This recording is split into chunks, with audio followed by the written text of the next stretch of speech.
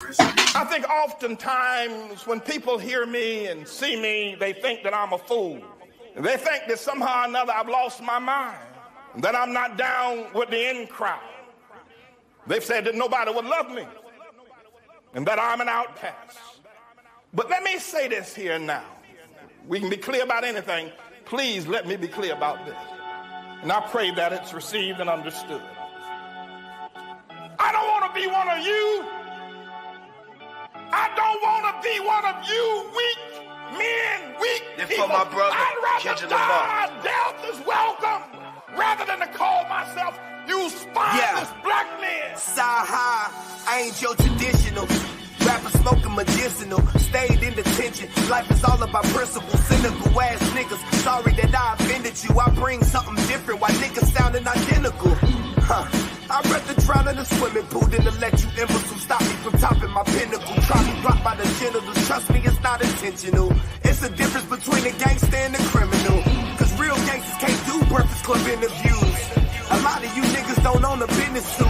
A slave for every pair of Michael Jordan tennis shoe. But anywho, got your bitch walking around like she winning pool with no bottoms on, just the top of her swimming suit. What you gon' say when them niggas gon' try to get at you? Them in what army, or you just talking in general? Cause in the end, we all gon' die like them Seminoles, nigga. These niggas weak. I'm fucking up. These niggas weak.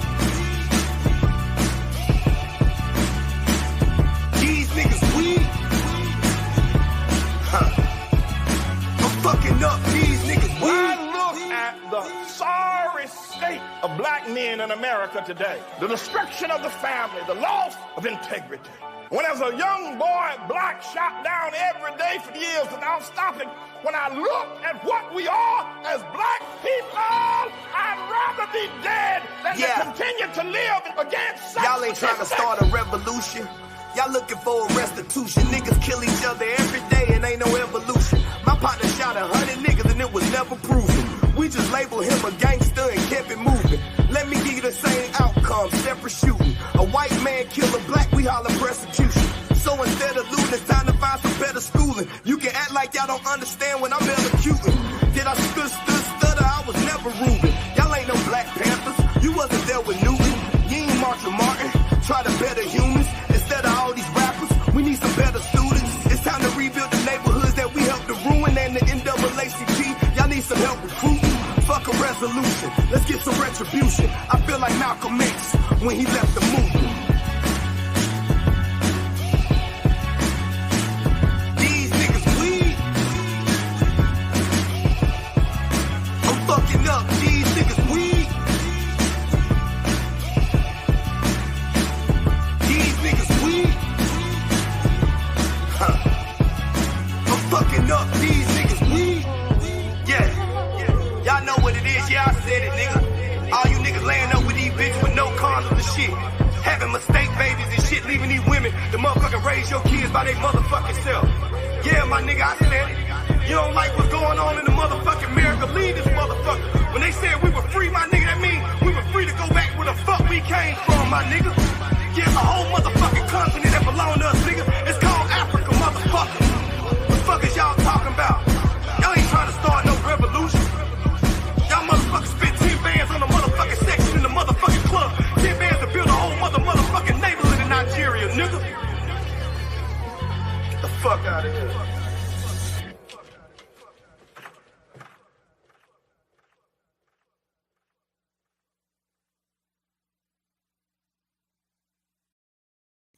Hold up! You gon' get this work! You gon' get this work, nigga! I killed you. Hold up! You gon' get this work!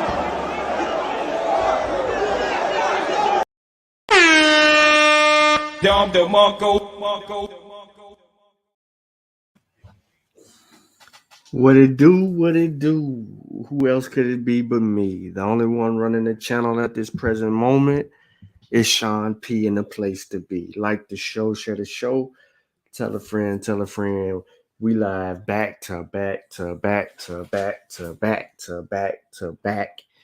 And today's show is about what the peer review and you are now tuned into the Negro Truth. So, for those of you who are just now joining in, please like the stream, share the stream, and tell the people that we're in the place to be. I want to kind of do something for everybody because there seems to be a lot of confusion in the community around this thing called peer review. Some people don't understand the process, or they think that because something has been peer reviewed and published, that it must have some type of accredited or credentialed work inserted in. Hold on, let me be a little bit more specific because I really don't understand why I'm fielding questions in my inbox about this stuff, or people having these conversations. Excuse me. These conversations about this stuff. And I don't even know why you sharing this with me, because I'm not looking at nothing that got to do with Yorkie. But let me see what it says here. Okay, so people think just because something is peer reviewed that it's got to be some type of accomplishments there, right? So let's check something out. I want to introduce something to y'all. Are y'all familiar with Eric? No, a lot of y'all are not. Most of y'all are just now privy to what peer review is. Some of y'all heard of it before, and some of y'all give peer review process too much credence. This is Eric, and I'm gonna walk y'all through what Eric is. All right. So, what does the acronym ERIC stand for? Education, Resource, Information. Let me zoom in so it's on the screen real good. Now, what is ERIC? I'm going to let them tell you what ERIC is. Oh, hold on. I don't want, hey. I don't want Eric striking us. Then I'm going to have to file on Eric.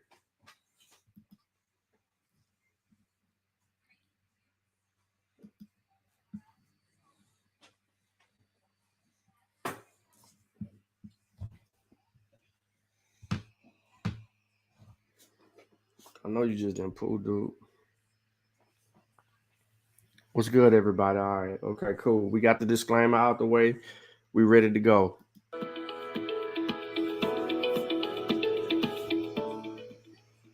Looking for education research?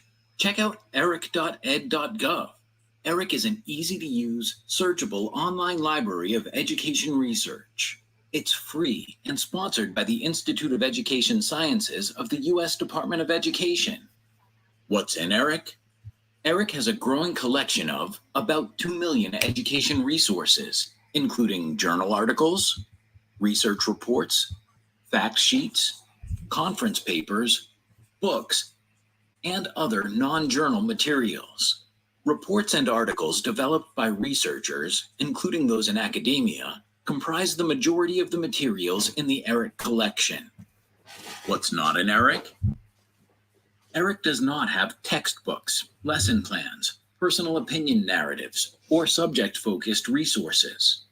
For example, we would not put a physics journal in ERIC, but we might add a journal about teaching physics.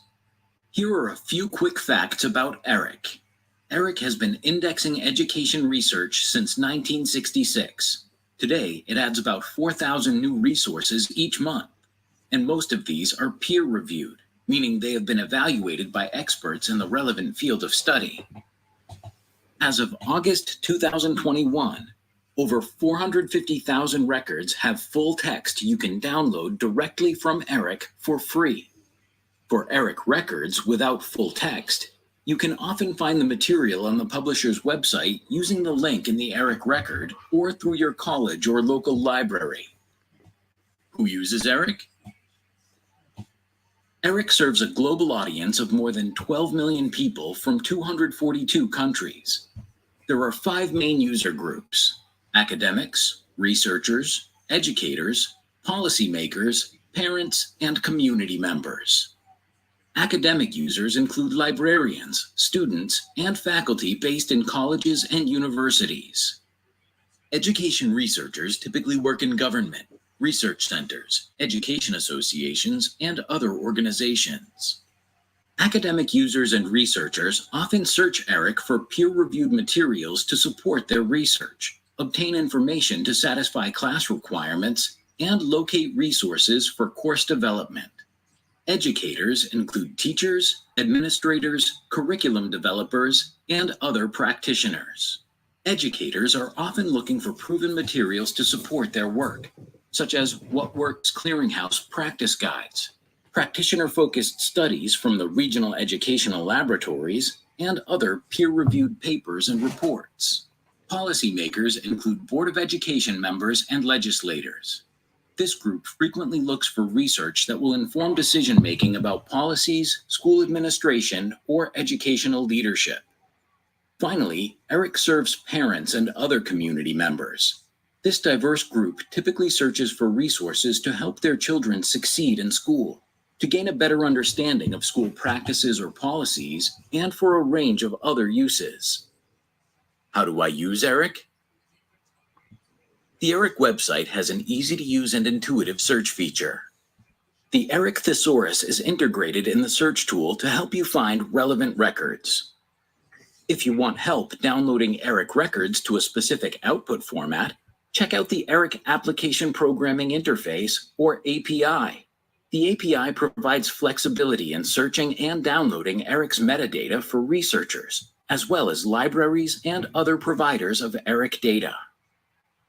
Curious about how ERIC selects new journals and other sources of material for the collection? See the ERIC selection policy. You can view our lists of currently indexed journals and non-journal sources by clicking on the links in the footer. If you want to be part of ERIC, you can submit your work through our online submission system. To learn more, click Submit in the footer and see the online submission FAQs. For additional support, go to the ERIC's FAQs and see the multimedia area for informational videos and infographics. To get started, check out these videos. Boom. All right. So ERIC has 5 main user groups: academic researchers, educators, policymakers, and general public. And then they have a PDF so you can see who actually uses it. Now, do I need a subscription to use ERIC? The website's free to the public. No membership required. How is the IES version of ERIC different from other access options? The Institute of Education Sciences sponsors ERIC, which is a digital library and provides it free of charge to the public. You don't even need to read a video about that. Can ERIC help me write an education research paper? ERIC is widely used by students, researchers, faculty members, and others who are responding to course requirements or developing reports for their work. The video goes through and do a step-by-step to help you be able to answer that. This dude here. All right. Now, does ERIC have an API? For those of you who don't know what an API is, yes, ERIC implemented an application programming interface to help researchers develop and third-party providers gain flexible access to ERIC metadata. I put this source in the chat, by the way, for those of y'all who might want to go through. So how do I cite an article from ERIC? This gives you the ability to be able to cite an article. How can I get permission to use ERIC in my research? ERIC does not hold copyright to the materials indexed in the collection. Contact the copyright holder for further assistance for additional information. See if ERIC copyright policy and following the video provides greater detail. They videoed every damn thing, by the way. How can I get in touch with a publisher or author? 9 times out of 10, it'll be some type of direct link available or email with contact information in that regard. Can I embed ERIC on my website? They're gonna say yes. Include materials for educational policymakers. Yep. Am I looking to, you don't want to deal with any of this. What are the fields in ERIC? So ERIC deals with a multitude of fields. So many that they ain't there. I want to show y'all this. So look, here's Eric. I can click on peer reviewed only. I can click on full text available. If I clicked on that and I put in Pan-African studies, it's like 24,000 articles that come up regarding Pan-African studies. If I'm looking for a particular journal, so let's just say, for instance, if I'm looking for, let me go down to something y'all might know. I don't wanna make it look like I'm trying to target anything. So nature, science, education, you'll see something like that. If you're looking for, let me go up. Different type of journals and other aspects of things, you could do that. You can look specifically by category as well. By looking by category, it's going to open up other avenues. You have to remember what this is used for. Now, I know a lot of people don't know anything about it. Now, this does have peer-reviewed and non-peer-reviewed data in this database. It is not strictly about one thing or another. I see we have some more people in the building. Peace to everybody that's just joined the conversation. I'm about to get to the Negro truth here in just a minute. I'm just trying to introduce something or a tool that people aren't familiar with that they actually can utilize on a day-to-day when they're doing their own independent research on subject matters and they're looking for some scholarly work or some peer-reviewed work that'll be credentialed. Now, a little bit about Eric. It contains an average of 80% or more education-related articles. The journals contain on average 50 to 79% educational related articles and critical to topic area coverage. So those are need to know things. The journal currently approved for indexing in Eric are listed below. The availability of records for an issue is dependent on content provided by the publisher, right? So why would I even show this? I know y'all are waiting on me to try to like take y'all to a different avenue or anything like that, but let's see if you can find something. International studies, early childhood development. Brendan, what is your yeah, it is. It's a good tool. What's your major, Brendan? I mean, I know the stream is behind a little bit, but I'm just trying to, I want to just pick something that's within your field, because right now you're trying to go up to get your master's, and I want to see if I could just type something in. I don't want to type anything that would throw some people off. I want to kind of see if I can get your field of study in here, and then we'll look to see what type of work comes up so I can show people what it is, how it looks. Enterprise architecture. So this dude, the architect. I bet.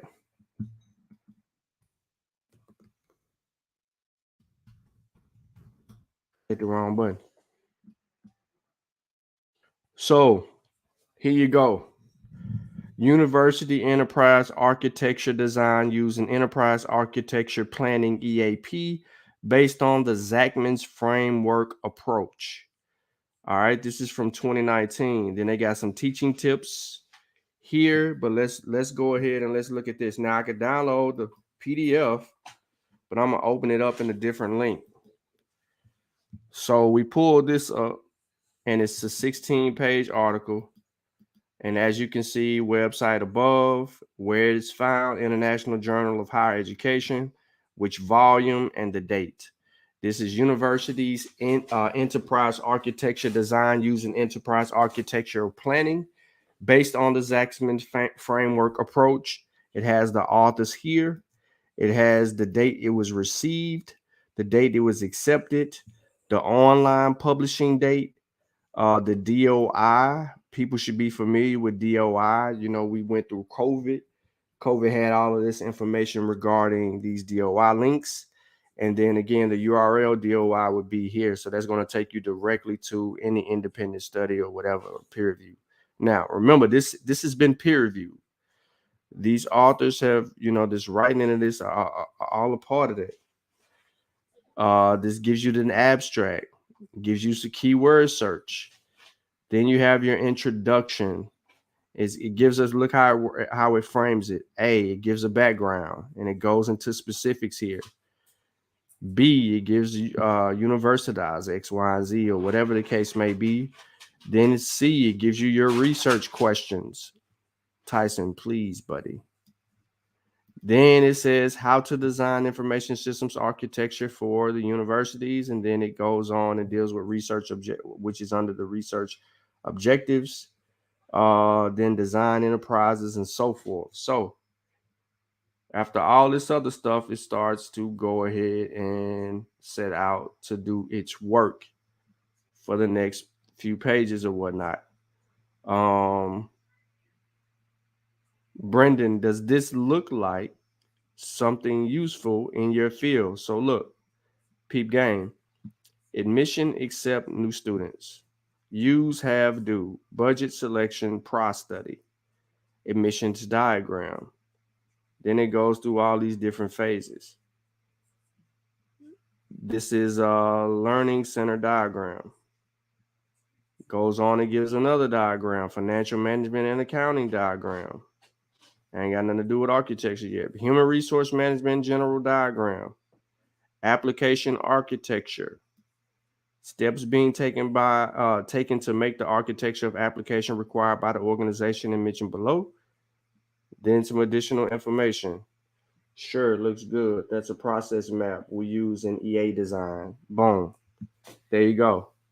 State of systems candidate, admissions process selection, registration, new students, blah, blah, blah, blah, blah.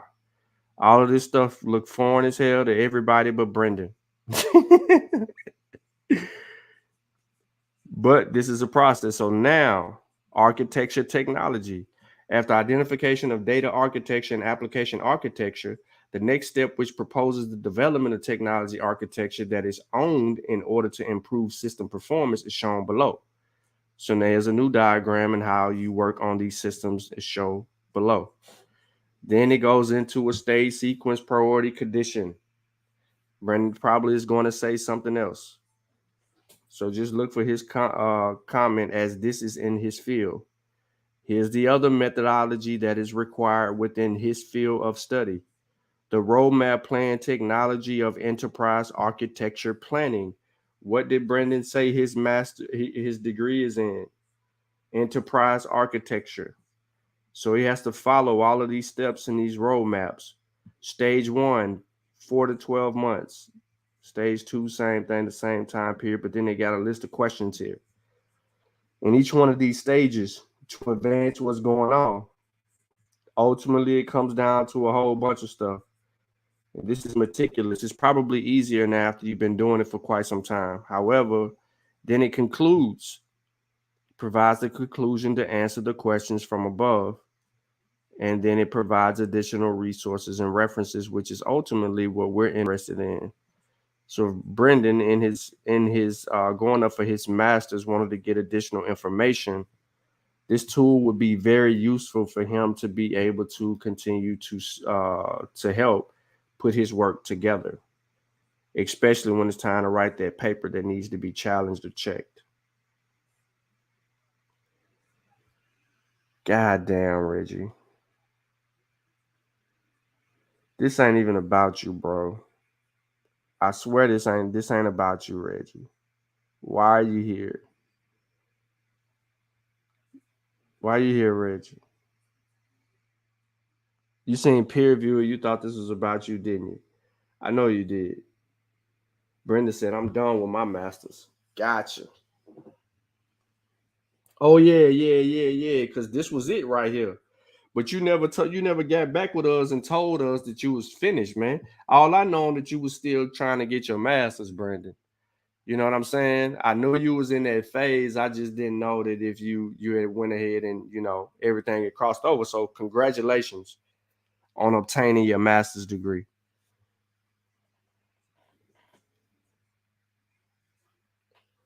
I ain't starting nothing. Reggie, you ain't never said nothing negative. You ain't never said nothing negative to me. You've never said nothing negative to me. I'm gonna give you a chance to think about everything that you said, because you know that I will go and extract what you said, and I haven't said anything negative to you until you start trying to be disrespectful in the comment thread. I laughed off your first little insults, and then you kept trying to insult my intelligence here, and now you can't stand the heat. But this isn't, yeah, so this isn't even about you, bro. I'm trying to talk to these people that are interested in understanding that there are tools out there, right? That people actually can utilize that can help them in their field of study. So let's do another reach. I mean another search. So let's talk about let's type in Egypt. Let's see if we get anything on Egypt. Um Right. What's the value of a degree? Evidence from Egypt, Jordan, and Tanzania. Inclusions of blah, blah, blah. We can go through. So let's say ancient Egypt. Let's see if we can do that. There's Reg in the chat. Finding hidden chemistry in ancient Egyptian artifacts. Pigment degradations taught in a chemical engineering course. Okay. This is peer reviewed and it's going to give us a direct link. This is written in 2015. Right? What about this? Excavate the Fayum mummy portraits and bury ancient Egyptian stereotypes. That's 2021. Let's go look at ancient Egyptian sacred bull. Let's see if we get something about the sacred bull. Okay. This 4-week fourth grade social studies unit dealing with religious dimensions in ancient Egyptian culture was developed by the public educational system. Let's see what this says, because this has something to do with fourth grade work. Nope, I ain't reading this. Look at that. This old as hell. But you got access to it. A wide range of material dating all the way back. Look at this. 1976, ladies and gentlemen. This right here is from 1976. The treasures of King Tutankhamun have excited the curiosity of many Americans. Newspapers, magazines, books, televisions, and even fashions are featuring the King Tut theme. This is an opportune time for the educator to teach about ancient Egypt. 1976, ladies and gentlemen. Going on right here. Right? So concepts and generalizations. Religion revealed basic concepts the people have about life in the world. These are things right here, right? This help you get your mind right. For any time y'all trying to do some research and you trying to get things properly understood and what processes are out there that can help add to your body of work, where you can be able to get your work submitted it the right way. Let's see. Let's go with this. Right? Let's have some fun with Reggie in the chat crying. Now you better wave the white flag, Reg. You better wave the white flag. You better wave the white flag. Straight up, you doing a lot of talking in there. You better wave the white flag. I'm telling you right now, you better wave the white flag, bro. Because I got a collection of data that's already ready to put you in the ground. You better wave the white flag, because I was nice to you. I came on Garfield's show. I was nice. I wasn't disrespectful to you. You was popping your collar talking stuff about a topic that wasn't even about that. You decided to insert that. You knew what you was doing, and you was trying to take shots at people. And I was like, hold on, Reggie, I ain't gonna just sit in the chat like this and just let you talk crazy. So I came on there to charge you about your article. There's things about your article that I know that the layman does not know. And you're trying to have a certain type of an argument with no understanding of grammar and how things work. And you didn't insert none of those things in your work. You didn't even answer your own research questions. And I don't care who tries to defend you or how you feel about all these other things. That don't matter to me because my feelings are not involved in scholarship. I can remove my feelings from scholarship. So if you want to take it personal because someone properly critiques your work and or challenges you on the onset of how your horrible methodology was displayed, that's personal again. You have to take that under the chin. Now you're trying to say that I'm attacking you and all these old other things. I've done nothing but talk about your article. I ain't talk crazy to you.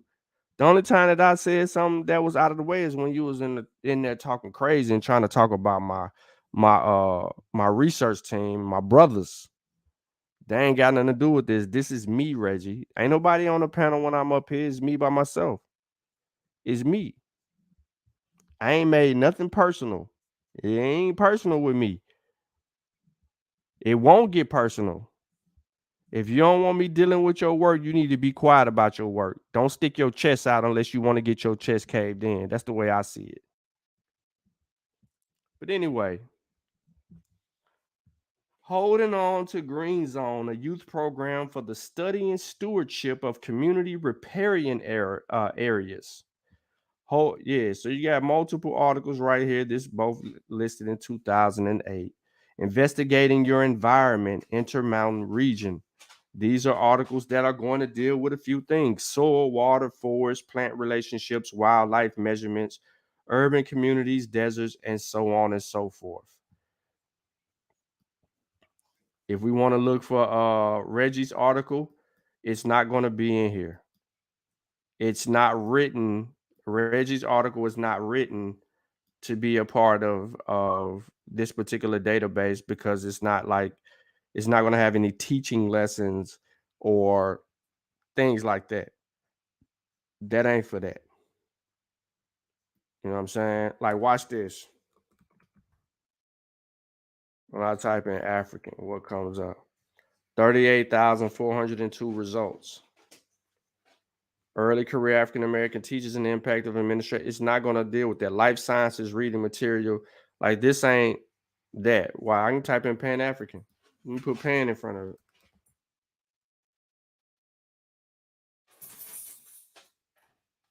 Beyond the Fetters of Colonialism, Du Bois and Nkrumah and a Pan-African Critical Theory. This was published 2 years ago.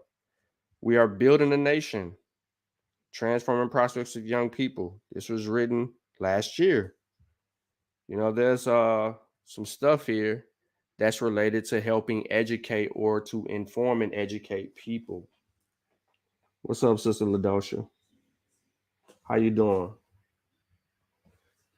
You spell my name Shawn. I don't mind anyone reviewing my books. As a matter of fact, I love it when doctors review my book.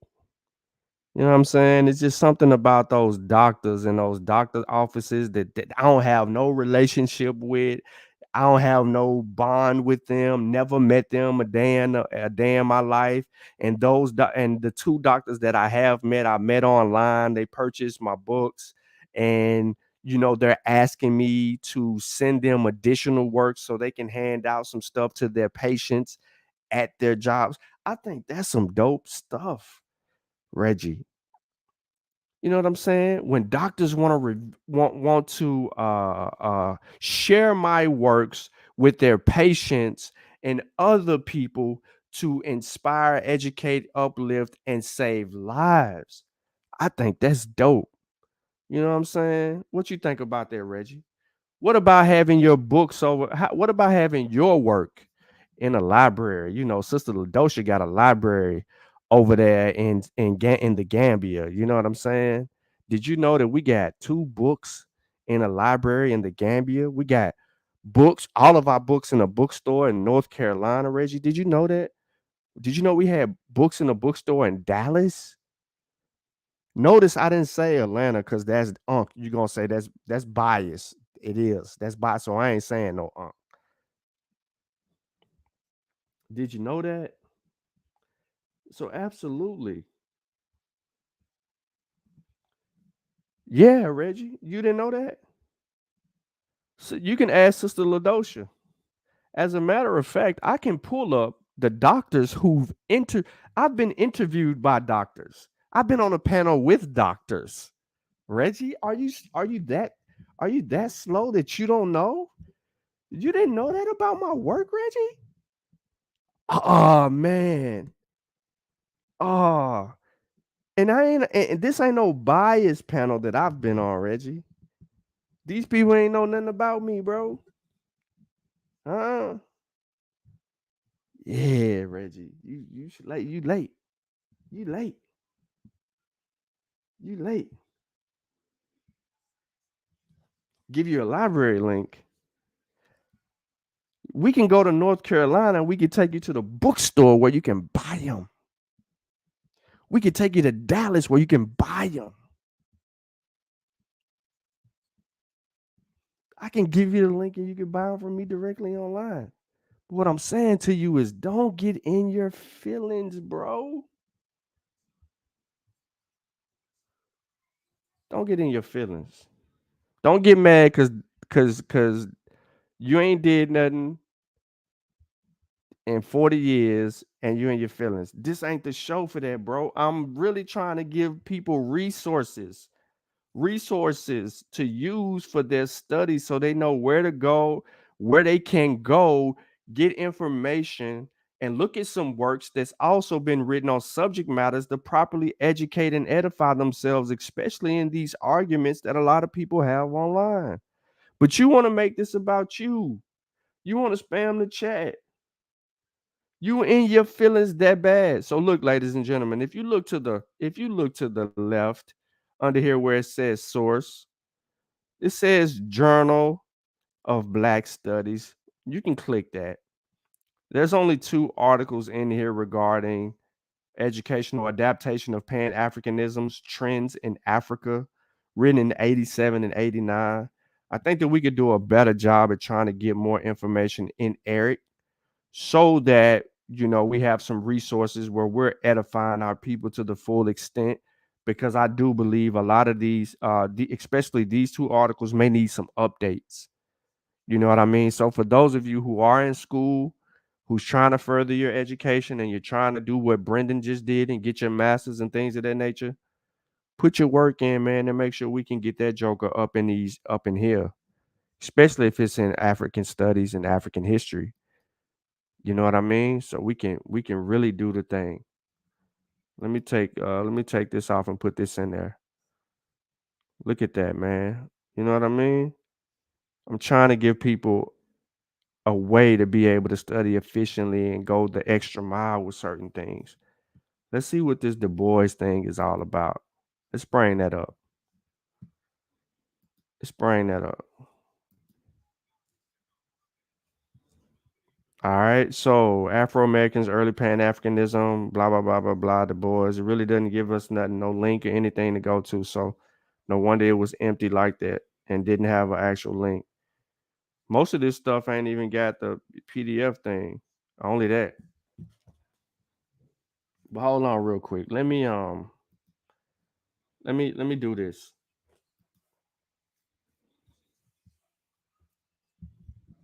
Let me do this. Reggie, yes, I've been in a college lab. I went to Tennessee State University, Nashville, Tennessee. I also went to Austin Peay State University, Clarksville, Tennessee. Those are the 2 places that I went to college. So, Reggie, even though you think that I'm a hoodlum that just was on the street with no education or no form of education, I actually have some type of education, sir. I went to school to study kinesiology. My junior year, my kinesiology teacher was a butch who was a softball coach, and she told me that my sick son was was not as important as missing her class. And that is when I did what Kanye did, and I dropped out and said, "The hell with this," and I went in a different direction. Yeah. So, um, Reggie, don't get too emotional, all right? This show wasn't about you. You made it about you when you pranced in here 20 minutes ago. Yeah. You pranced in here right around the time that I actually was trying to, really just not use Brendan, but obtain some information from Brendan to see how things measured up regarding his expertise in an area which he just got his master's. We can't even properly celebrate Brendan receiving his master's. What was it? Let me see. Last week.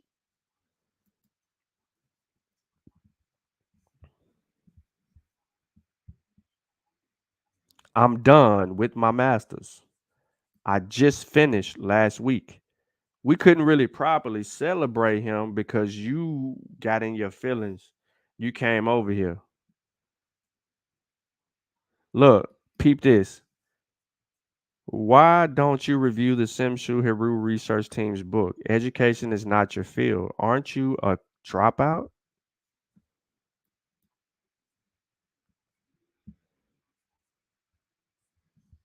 Why does education have to be my field?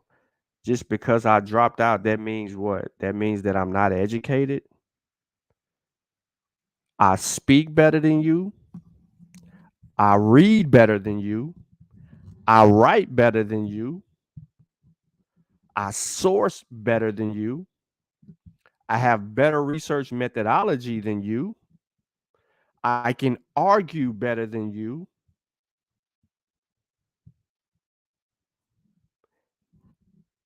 Of course, I make more money than you. Of course, I live better than you. But that, you know what? That doesn't mean anything because you don't think that we're peers. So you try to belittle me.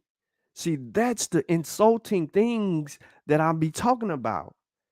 This wasn't even about you, and you want to make it about you, and then you try to throw your little slick shots. That's a whole problem. We ain't peers. You're absolutely right because I'm further along than you were at my age. You're much older than I am, but I'm further along than you were because I'm not the type of person that just sits at someone's feet. I'm the type of person that sit at your feet, obtain that knowledge, and get my ass up off the ground and move forward. I wasn't waiting on people to continue to tell me what to do. I'm a go-getter. I make things happen. I don't like stagnant. Once you show me how to do something, I'm going to do it.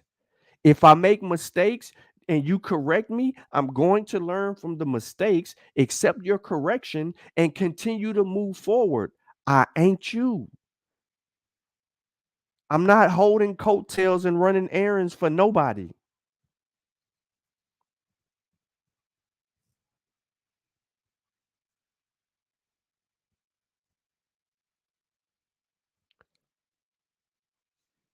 We got books out here. Books out here. Where your books at? Where your books at? Huh? You gotta listen.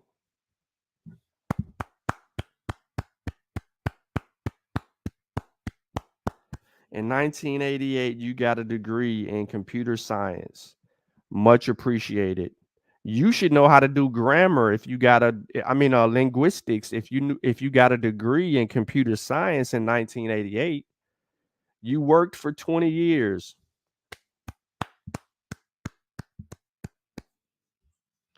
16 years as an IT director. That's dope, Reggie. I applaud you. See, I have no problem applauding you at all for your accomplishments. I think you've contributed a lot to the black community as well as with the work that you've actually done, Reggie, which isn't a lot, but you have you do have a piece of work now. So congratulations, Reggie, on your working for 20 years, 16 years in IT, graduating in 1988, your Black City plan that has, that you've introduced to the conscious community. You and brother Esau, who you said you don't have a relationship with, who's now him and Faragi are running the same journal that your work was published in. Yeah, all of that. Congrats, you worked 5 years at Schomburg Center for Research in Black Culture. Bro, that's dope. That's dope, bro. Congrats. You worked at the Schomburg Library. You're frequent at the museum. But none of that matters. Everything that you're talking about right now in the chat does not matter. Reggie, you know what matters? You know what matters? Reggie, let me show you what matters. Because I don't give a damn about none of that. I can piss farther than you, but I'm not interested in pissing. I'm not interested in pissing. The pissing contest really ain't my thing because it does nothing for the advancement of our people. Look, my computer don't even want to bring your stuff up, bro. My computer like, bro, I'm so tired of looking at this hogwash. This is what matters, Reggie. Every time I went live, I had this on the screen or other information. I've never did a show talking about you. I talked about your work specifically. I ain't chasing you down, trying to find you on live streams, looking for your apologist ways. I just pull your work up. Look at it on the screen. Most people who are unfamiliar with this information don't even know what the hell that they're looking at. They don't know that your very first research question is asserted right here. First, what is the meaning of Kemet? What's the meaning of Kemet? What's the meaning of Kemet? Let's see what Reggie says.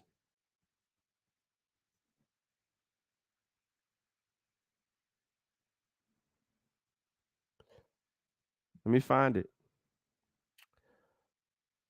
To revisit the genealogy of intellectual thought and advance and establish the concept of Kemet as black, I first must mention Senegalese intellectual and scholar Cheikh Anta Diop and Dr. Theophile Obanger.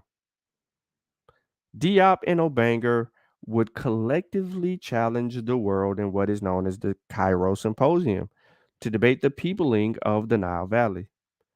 The outcome was a major victory for African people, African unity, and Pan-Africanism in the scholarly debate to establish Kemet as a Black African nation and central vocal point of a classical African civilization. This was the triumph of the work of Alien One Diop and his presence Africana. In the Cairo Symposium, there were two major outcomes. The peopling of the Nile Valley was established to be African, meaning that humanity is in fact indigenous to the continent of Africa and migrated to the interior within of the African continent, not outside. Second, Diop and Obanger argue convincingly using Egyptian grammar that the ancient Egyptians Kemetu called themselves black. Since the Cairo Symposium, African scholars have been vigorously studying ancient Kemet to fill in the gaps of intellectual discourse. Blah, blah, blah, blah, blah, blah, blah, blah, blah, blah, blah. Then you throw Dr. Clark at us. Then you come through. Your very first research question is, survey says, what is the meaning of Kemet?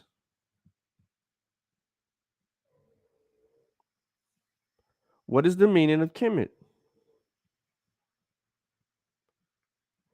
So after your soliloquy with introducing, our intellectual prowess, our Mount Rushmore of intellectualisms, you then begin your argument. As such, building on previous scholarship. So now you're building on previous scholarship.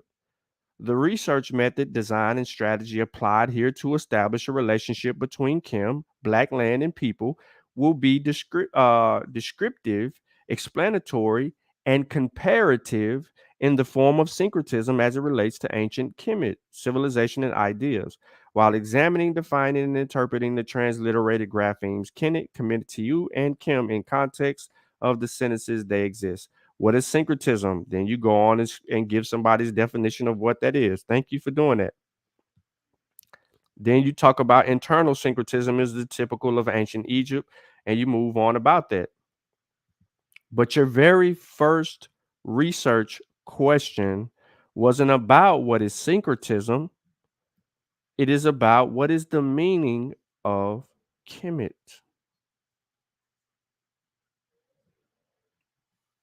What's the meaning? You start expressing syncretism, then you start talking about this other stuff, but then you throw Kemet right here, boom, Kemet right here, boom, boom. To focus on syncretism of sacred black cattle, how you come up with this already this earlier in your stuff, and then you don't argue it using your information?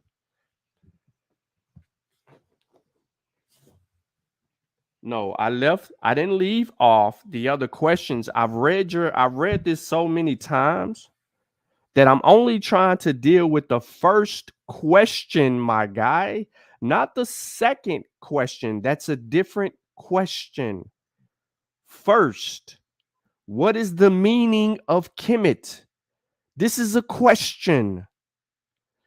The next research question is the term related to black and people at all. That's a second question. The third question is, why is Kemet referred to as simply the Black Land by Western European scholars?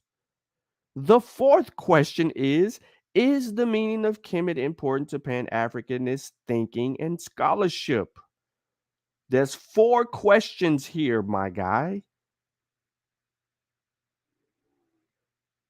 You wanted to make this about you. I didn't. I was trying to talk about peer review, the peer review process, some other information, and where useful sources and sites can be found online that can help people in their research and studying topics and be able to move forward. This is the Negro Truth Hour, not the Reggie Mabry apologetic, period. This is not where you're going to use a funerary text to say people are using a funerary text when they're dying to explain who they are. You need grammar. You know, the grammar that you don't have in here. There's no grammatical work in here. Your role of using syncretism is whack in this particular argument because it has no place here. You're reaching. Look. This isn't even your argument. You don't have any information for it. Look what you're doing here. I mean, let me take that back. This is your argument, but you don't have any supportive evidence for it. Watch this. This examination will limit complex systems of ancient Egypt civilization. Henceforth, Kemet civilization were not confusing to focus on the syncretism of sacred black cattle Kemet. Where's the work to support that the word Kemet means sacred black cattle? And its probable relationship to naming of a civilization. Kemet civilization is like other African cultures, had deities, divine rulers, concepts, sacred animals, principles, religions, art and architecture, vocabulary and literature in their images. I don't want to make this about you, man. This wasn't supposed to be about you, bro. June 11th. All right, cool. Bet. I can do that. All right. Now, let's go on. Civilizations of African cultures, deities, and blah, blah, blah, blah, blah. Kemetic civilization is unique in that it is among the first 2 civilizations that began writing and recording, and early civilization finds Gunter Dreyer. So, the archaeology of painting, drawing, architecture, we have writing to better understand what we what would usually be symbolic. The syncretism of ancient Egyptian ruler people as black with black coat animals will continue through the decline of ancient Egypt into the invasion periods, the Meroe period up until the last pharaoh. Mind you, so the Remech, as we know them, were not the only people with a cattle culture. They were not the only people to revere a sacred bull. So, this is very common throughout history, especially earlier on across the world. We can find cattle cults and sacred bulls all over the globe during many different time periods. Does that make the Remech's sacred bull more sacred than everyone else's? No, because that ain't the argument. But is everybody else with these sacred black cattle referring to themselves as a people, as in your argument? So the black cattle across the world symbolizes black people. So now you're a hyper diffusionist. I'm asserting that. Now you're a hyper diffusionist, and everybody got everything from Kemet, and therefore, since everybody at once upon a time the whole globe was black, that's why you get this cattle worship. That's what that sound like to me.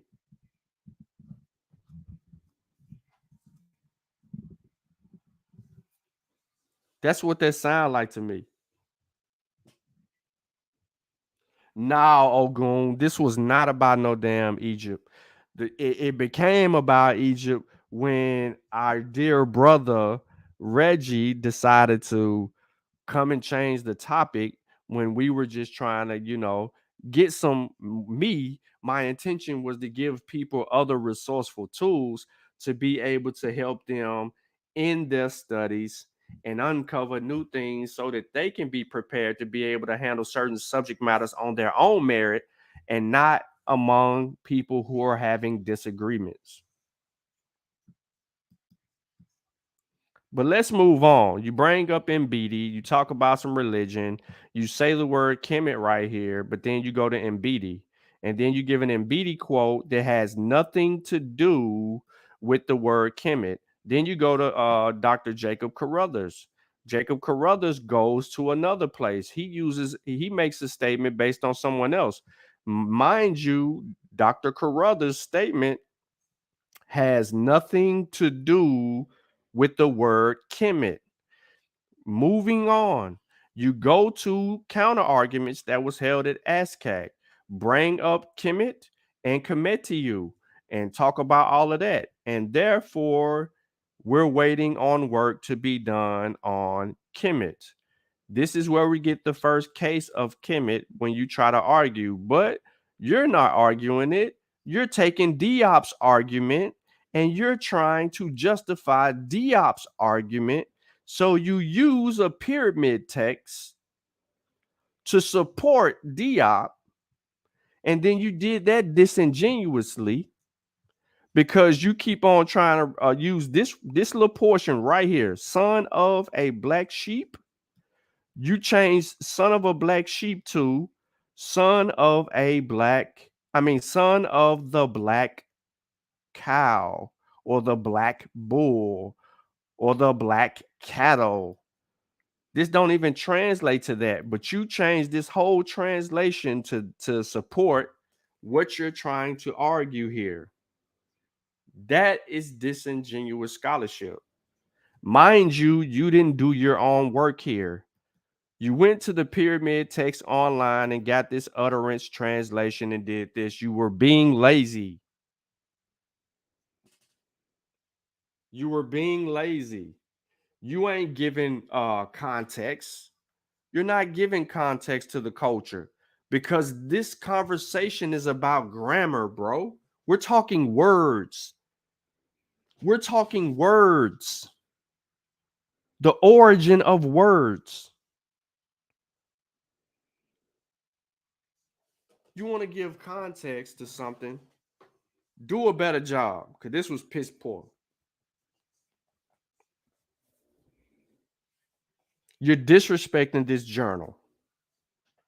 But apparently they take anything. They got rest in peace, Runoko Rashidi up in that junk. And he got his work. Oh my goodness. Woo. I don't even want to say nothing about that. But nah, for real though, man. This wasn't about you, man. But you want to make it about you. I'm tired of talking about you, bro. I didn't gave your work enough eyes on it, bro. I done already collected my data. I'm sitting on the sources. You know what I'm saying? You told me to write the article and then submit it to a journal. So I'm pondering that. Do I want to invest time in that? Do I have time to do that? Because I also have a kennel, right? With high quality dogs, those fluffy Frenchies. I got those nano micro bullies, I just seen a dude sell one of his bullies for $40,000 because it was rare. It was a pure white female. Nano bully, sit real low to the ground, by 8 to 10 inches off the ground. And only about less than 2 feet long, and muscular. $40,000. Me refuting your article is not going to bring me that type of bread, bro. It's not. I'm having fun with you right now. Cause really, I be doing all of this when I be working my regular job. I be online. I be doing this while I'm working, bro. For real. Come on, man. You in your feelings. It's okay. But every conversation, Reggie, that I've had, you can't say that I wasn't talking about your work. Now I might have talked a little bull jive in there or here and there, you know what I'm saying, to entertain it and all of that. But I still kept my focus on your work. I didn't worry about you till you started taking shots. And then you said I started it. I didn't start anything with you. I didn't. You was trying to be slick. You was trying to disqualify me. You said I ain't your peer. You kept on saying it. And not only that, you're right. I'm not. I got more things going on than you. But you kept on trying to say, who am I? I don't have any credentials. I'm not this. I'm not that. Like, for real, bro. On your article, look, Reggie, it says independent scholar. It doesn't say doctor, doesn't say professor. It says independent scholar.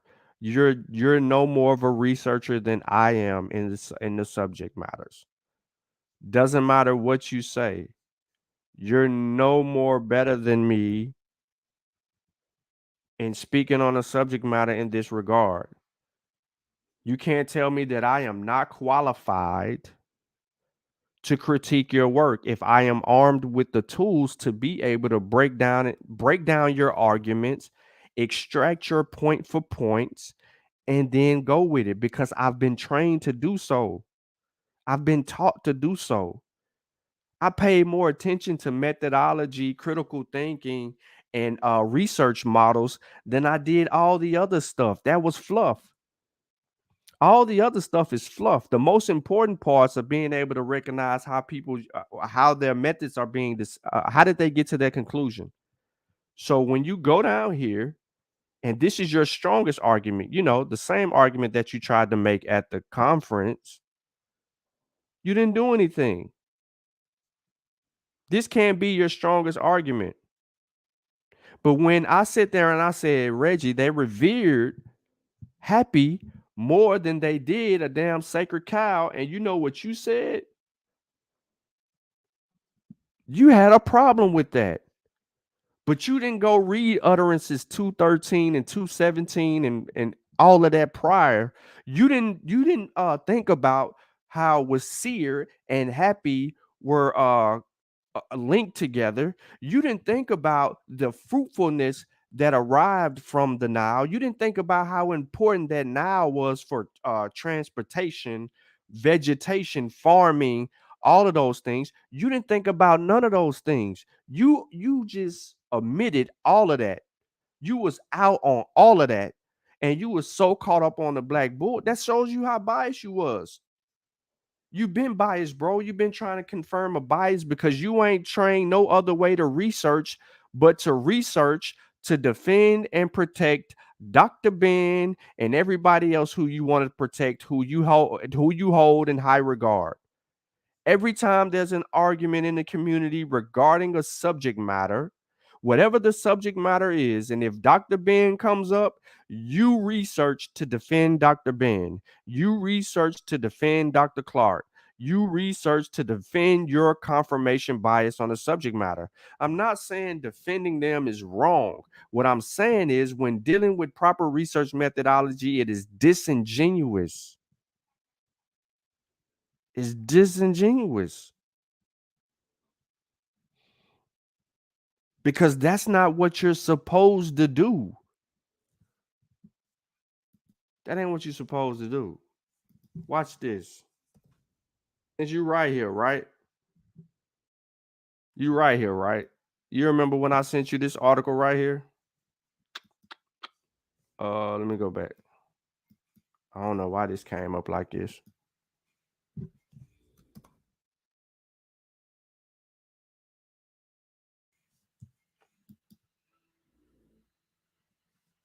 Hold on. Let me go back in my link. Oh, yeah, I don't want to see that. Let me pull this up. Let me show you something. Why it's saying private site? Okay.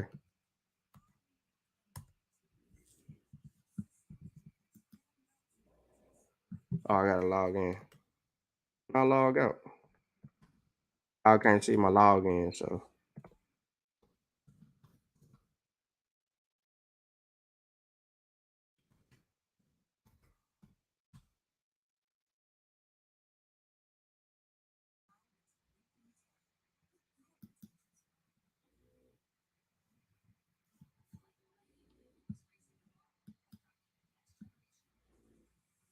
All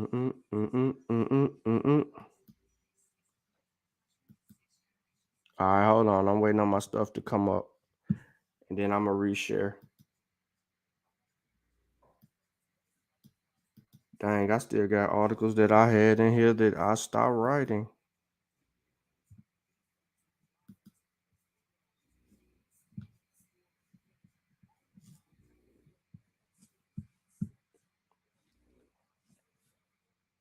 All right, Reggie. Now,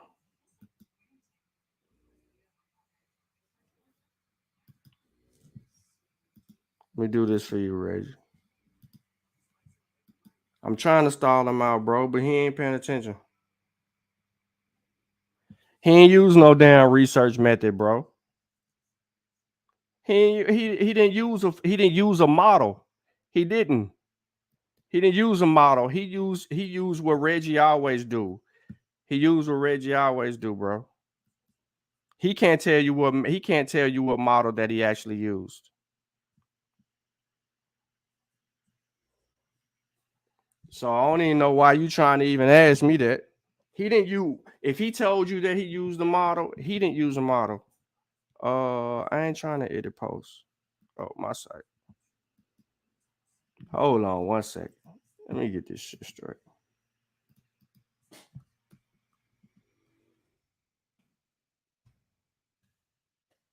Yo, I gotta sign in a different way.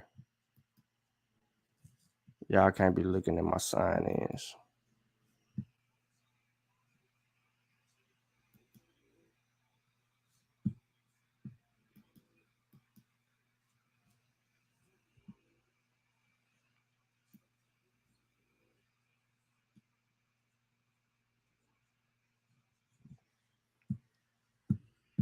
All right, look like the site down. That's why I was going back to that. All right, that's on the site owner. Wait till they fix it. Well, I had it up earlier. Actually, I got this somewhere else. Let me pull this up. Where my email at? I can pull it up.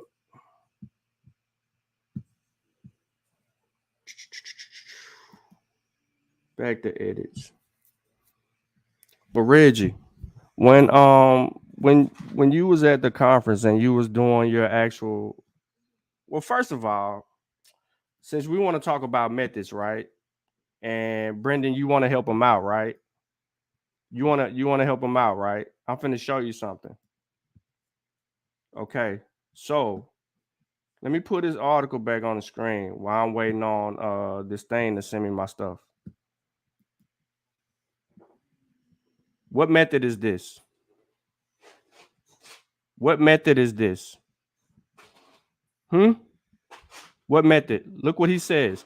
This article is a reflection of presentations offered at a 2019 Association for Classical African Civilizations conference where the origins and meanings of Kemet was debated. The word Kemet was debated. This examination seeks to identify syncretism as the proposed and superior method of interpreting ancient texts, specifically Medu Neter.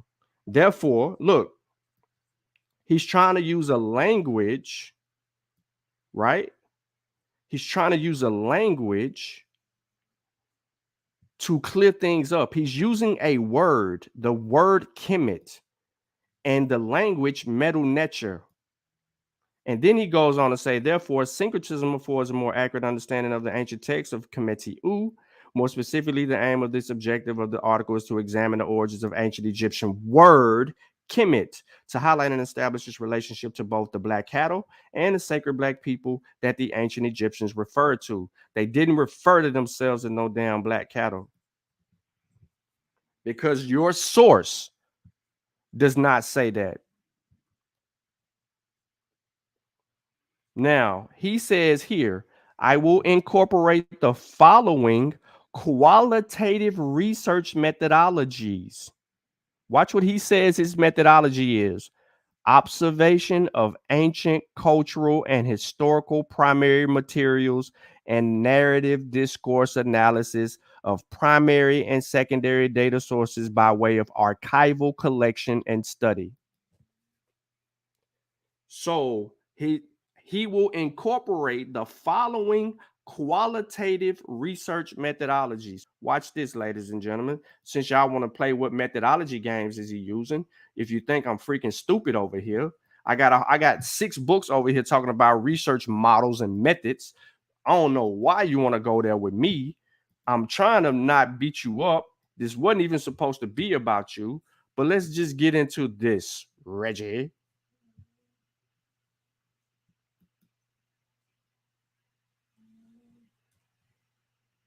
What is qualitative research? Methods and examples. Qualitative research involves collecting and analyzing non-numerical data, text, video, or audio, to understand concepts, opinions, or experiences. It can be used to gather in-depth insights into problem or generate new ideas for research.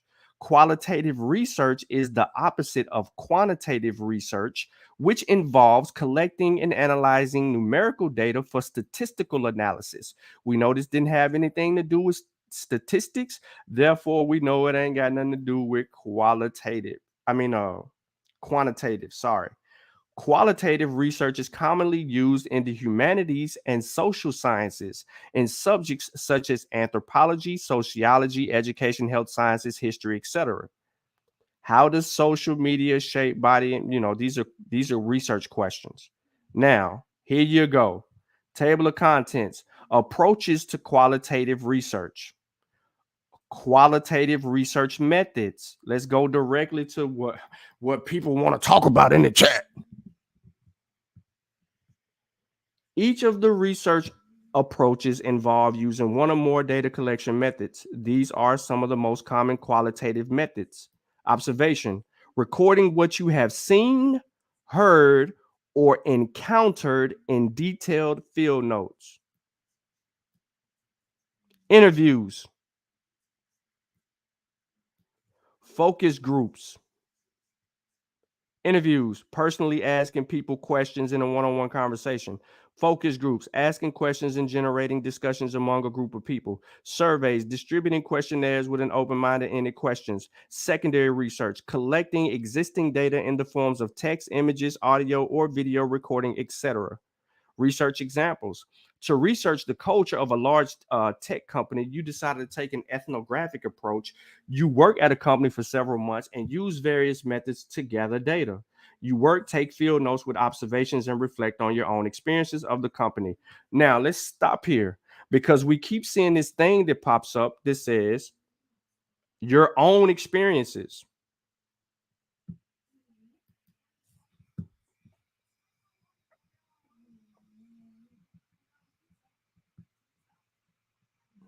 I'm skipping all the other stuff because it ain't your own experience. Is this your own experience? Your first admission to argue something to support Diop's argument, is this your own admission? Yes or no? Yes or no? Yes or no?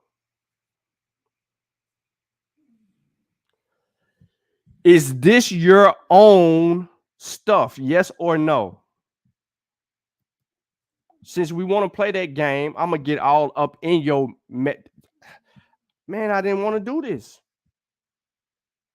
Is this your own experiences? Yes or no? Is this your own experiences? This is the crevice of your argument right here, Reggie, because this is the first thing that you refer to because it has the word Kim and it has the word Kemet in here. Forget the words that's in between all of that, like you did. Forget all of that. This was your first attestation. Is this your work? No, it is not your work. It's a source right here. Is this your work? No, it's not your work. It's a source right here. So off the dribble, off the muscle, this ain't your own experience. You distribute open-ended surveys. Nah, you didn't do that. You conduct in-depth. Nope, you didn't do that.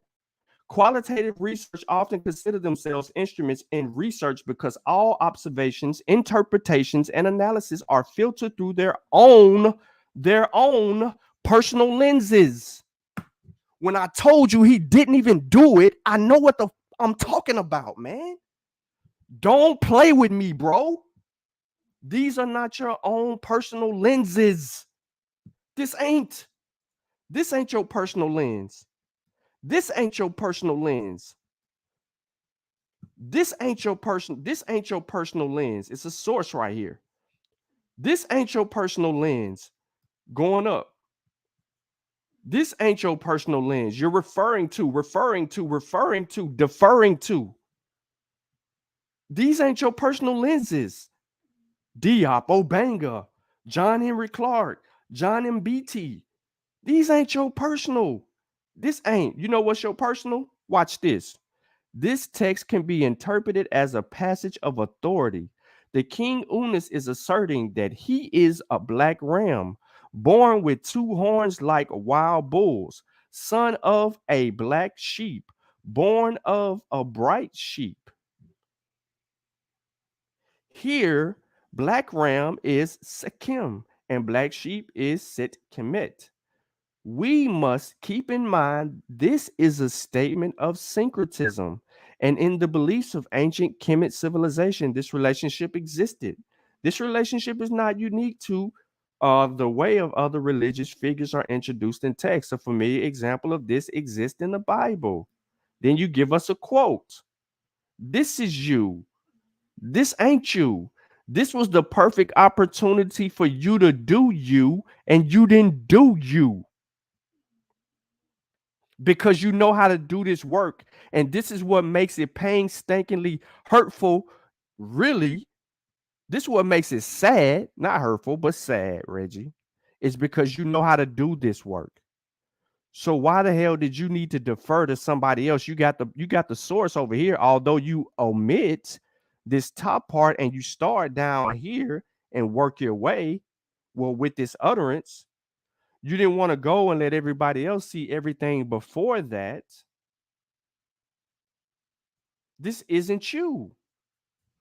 So let's go again. You're copy and paste. This is you right here. For the ancient Kemetiu, Kemet civilization, the description of the divine kings followed the same tradition as Unis. This is your assertion. The statement in the language of the ancient Egyptians is the following. And then you go over here and you highlight Black Ram, son of the Black Eway, that bright Eway. You see, this is giving you a different translation from somebody, right? It's the same thing that you had before, but this is someone else's translation right here and not yours, because they don't say son of a black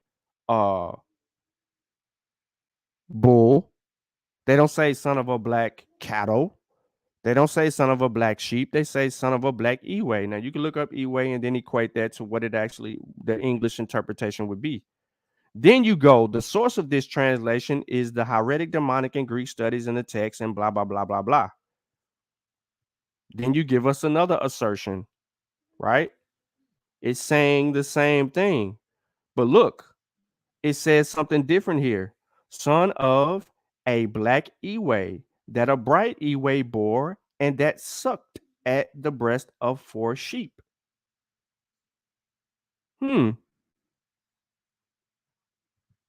Then here is you, Reggie. All this right here. Watch what you say. You didn't do this. You didn't do this. You didn't filter through your own personal lenses. For this reason, when writing up your methodology for qualitative research, it is important to reflect your approach, and to thoroughly explain the choices you made in collecting and analyzing data. Don't play with me. Don't play with me.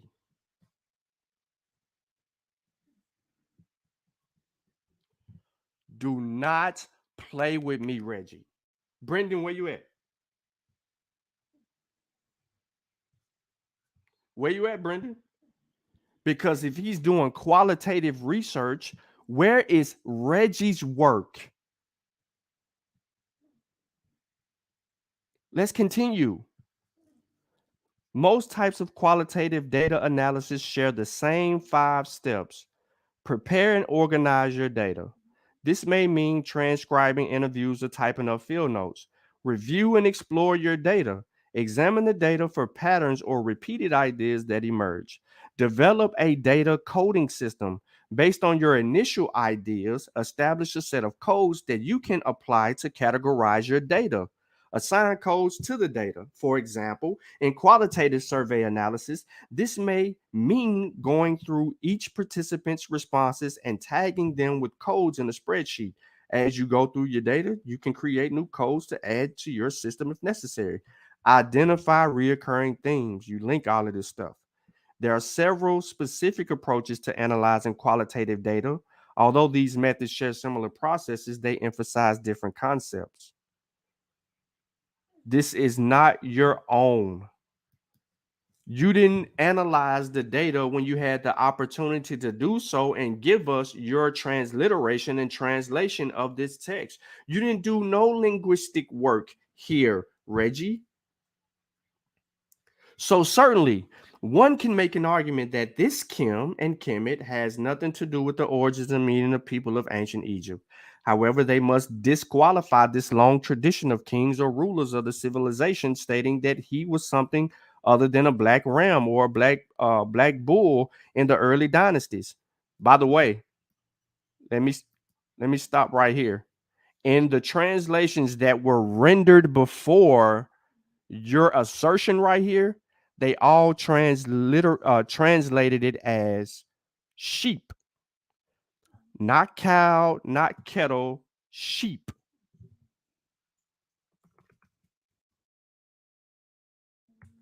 Sheep. Eway, a female sheep. I just wanted to throw that out there for the people who didn't know that I was actually going to do that, but I wanted to let you know that. So when you seen Eway, they talking about female sheep. They talking about sheep. You know what I'm saying? Sheep. They mention a sheep right here, in this text right here. They say sheep right here, but some kind of way, Reggie in this first paragraph, he says black ram or bull.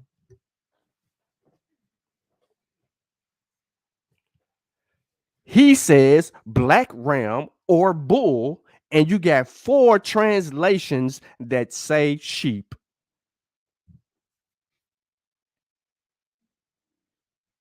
What up, Rock City?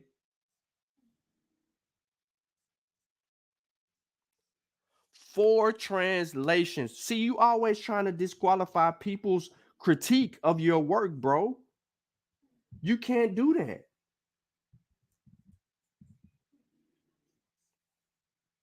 Brandon says, keep going. You don't want me to keep going, bro.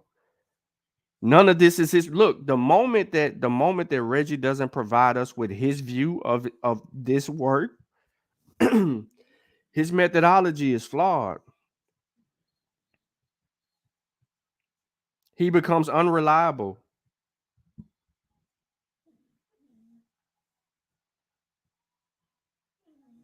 He becomes unreliable, bro. He becomes unreliable. Why am I saying he becomes unreliable?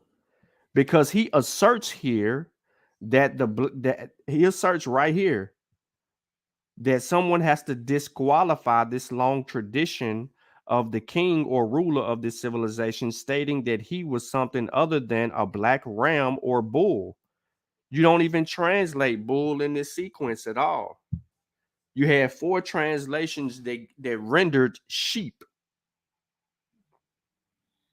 You didn't even use Vigus, right? You didn't use Vigus. You didn't even use Gardner.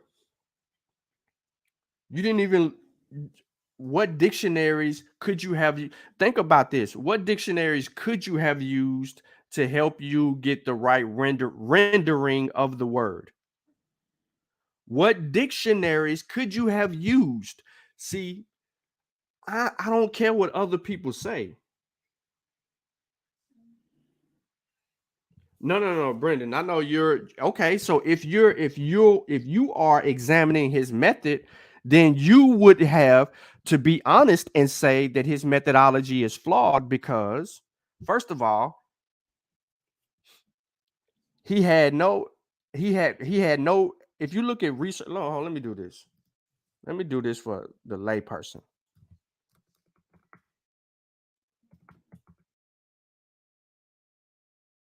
Let me do this for the layperson. All right, so what I'm about to put on the screen, ladies and gentlemen, are research models. Anybody familiar with research models at all besides Brendan? This will be a little bit too complex, so let me bring up the basic scientific method. Let me bring up the scientific method. Just something simple. Right? So let me just bring this up on the screen. Observation, questioning, hypothesis, of course, experiment, conclusion. Now, I know you're thinking, well, this is scientific experiment, so there's got to be the models. So I'm gonna go to historical method. Now, in the historical method, I'm gonna just get something, not this. I'm gonna get something simple, right? 5-step process historian used to write history. Preliminary research, formulate a working hypothesis, gather evidence to support or reject hypothesis, formulate a thesis statement, write a historical account. Historical method. Historians select subjects investigation. Then they go the past evidence, present evidence, do what all these things interworking in between there, right? You got to go through some type of method. No matter what you do, you have to go through some type of method. You got to collect your data. He did that. He collected his data. He used the same argument that he did at ASCAC, but he collected his data. He wrote his abstract because that is what the journal wanted him to do, write a little small abstract. He provided research questions. He had those research questions in there. He has no hypothesis or no working hypothesis to start this argument, but he's going to say that he has one. And we still haven't got his rendering of anything. And his first piece of arguing for Kemet, he uses 4 translations from other people, and he doesn't render sheep where he has bull. Why do you have bull here when you got 4 translations saying sheep? Now, in other words, it would be impossible to say that Kim and Kemet have nothing to do with the people of ancient Egypt in color or in the animal counterpart. New and young linguist thinkers such as Netanyahu. Why is he showing up? Makes the argument in linguistics that Kim and Kemet mean black people. So once you brought Netanyahu into your discussion, where is Netanyahu's work on Kim and Kemet? Where is it asserted? Because if you think highly of the work that he's doing, then his work in this field where you fall short strengthens your argument, and you don't use him, but you mention his name. You're name dropping. That ain't how scholarship work. You can't go and just write something and start name dropping all the way through. It says it is excuse me. It is well settled in ancient Egyptian civilization was a continuous civilization of culture, ritual, rulership, ideas 3,000 years. The assertion and assessment here is the ancient Kemet was a civilization that built itself and concept from the past, from its past. Civilization itself could be compared to a great mansion built or a strong foundation that was modernized when necessary to accommodate its inhabitants. This said, the arguments presented here are built around aspects of this civilization's foundation and show the connections. Until syncretism and a context examination is applied, this analysis asserts that Kim is the black king in his black animal form, and that Kemet is the sacred black people in the black animal form. This is a concluding statement. For Brendan, you're measuring his methodology. He uses a concluding statement here and ain't even argued this. This is a concluding statement. Until syncretism and context examination is applied, this analysis asserts that Kim is the black king in his black animal form, and that Kemet is the sacred black people in the black animal form. Where is the work that supports that conclusion? That's a flaw.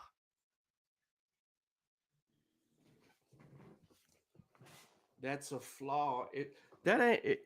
Listen, that's a flaw. If all flaws, that's a flaw. Reggie, it's a flaw. Let's go to research designs.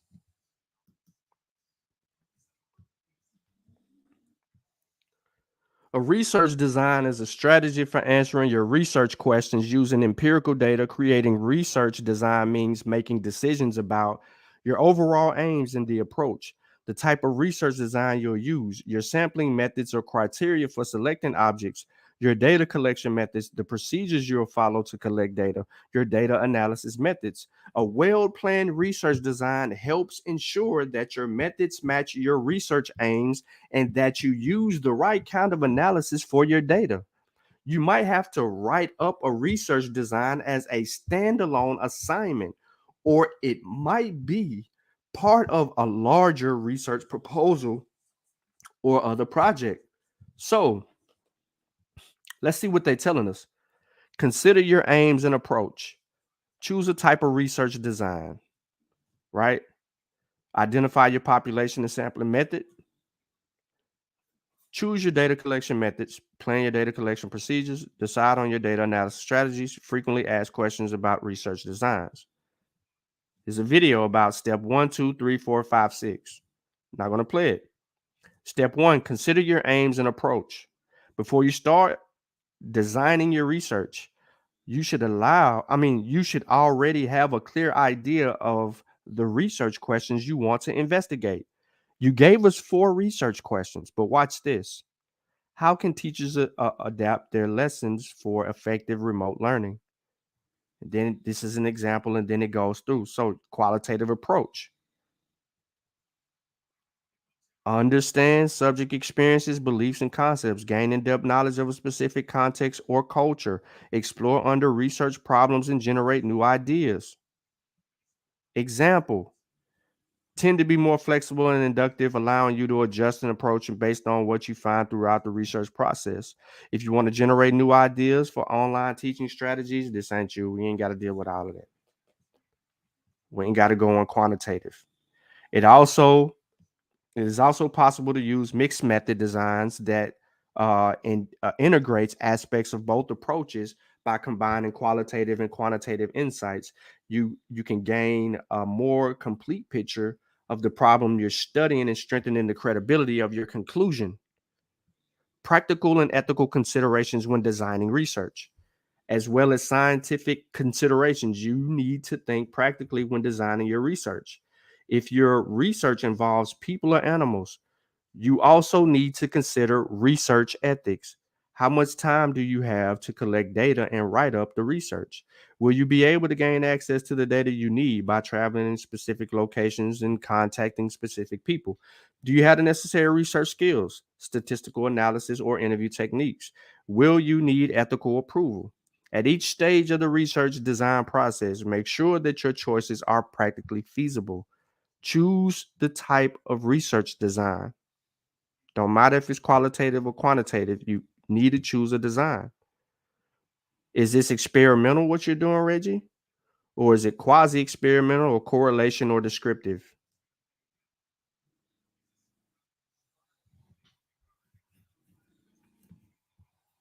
We can continue to go, but you know where I'm going with this already, so I don't really have to go too far. But my whole thing is that you made this is a claim here that's unsupportive by any work that comes in your argument. Why?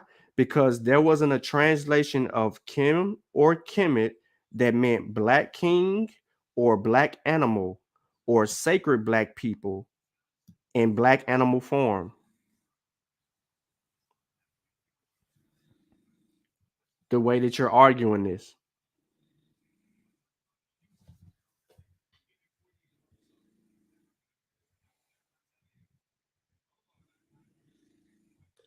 I know you are, Brendan. I ain't even tripping on none of what you're saying, bro. I know what you're saying. I know you just finished doing what you're doing. But here's the problem. And here we go. Let's continue. I hate doing this, but you wanted to make this about you. You say at the minimum, the king and his people are represented as black bulls and cattle. There was not one rendition or translation that was read on the previous page that called these people cattle. Not one. Son of a black Ewe, sheep. That comes up twice. Sheep. This is the word.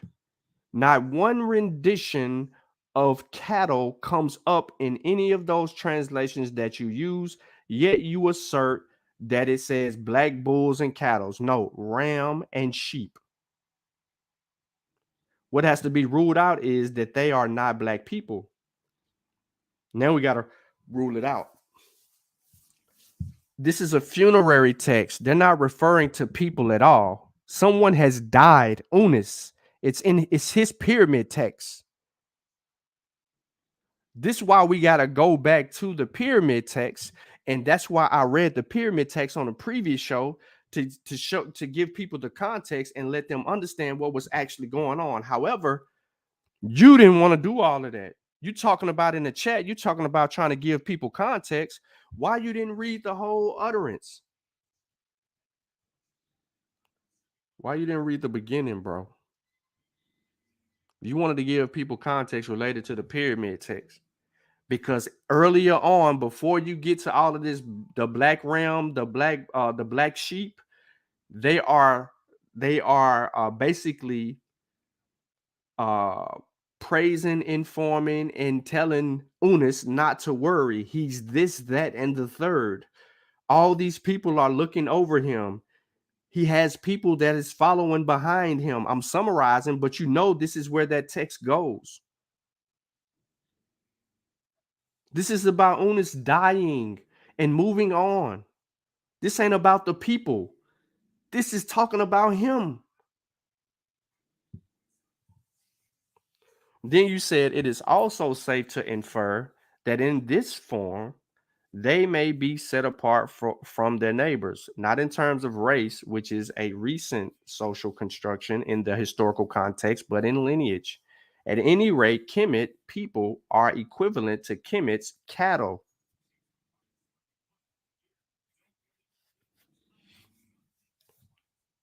And this is the problem again, because you don't argue it.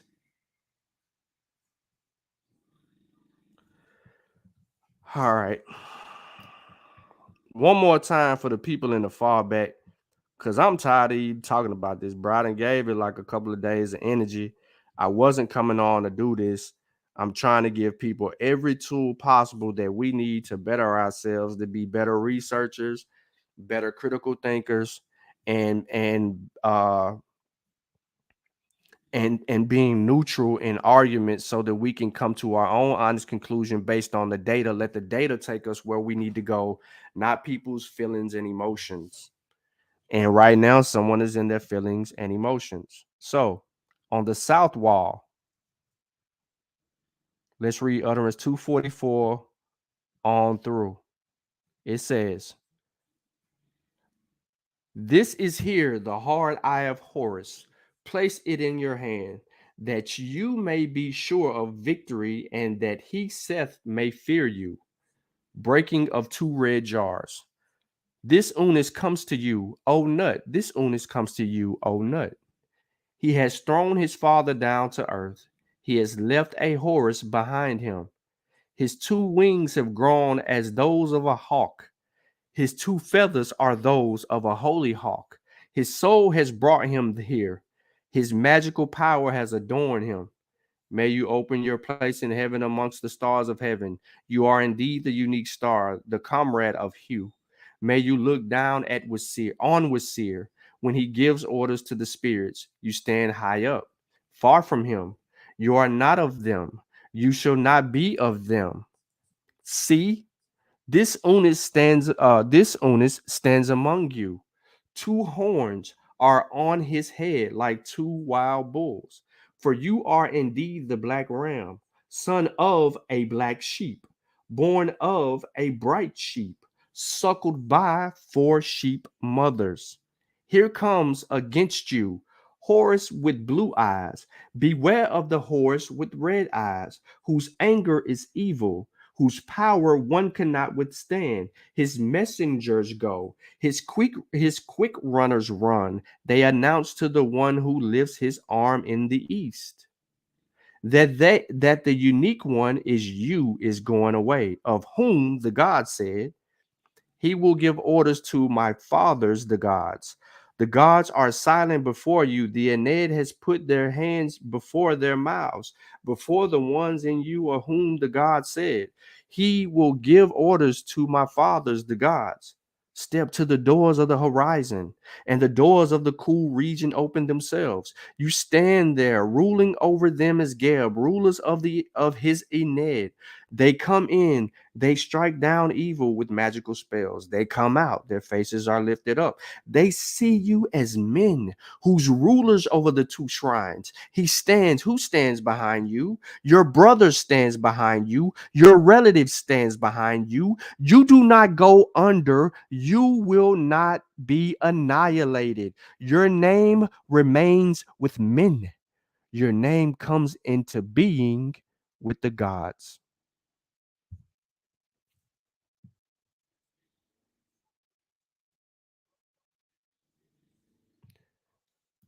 Reggie, you said I killed myself, right? You said I killed myself.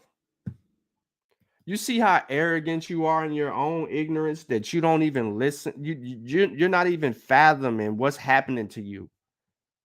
Is your ego that big that you can't even deal with this attestation?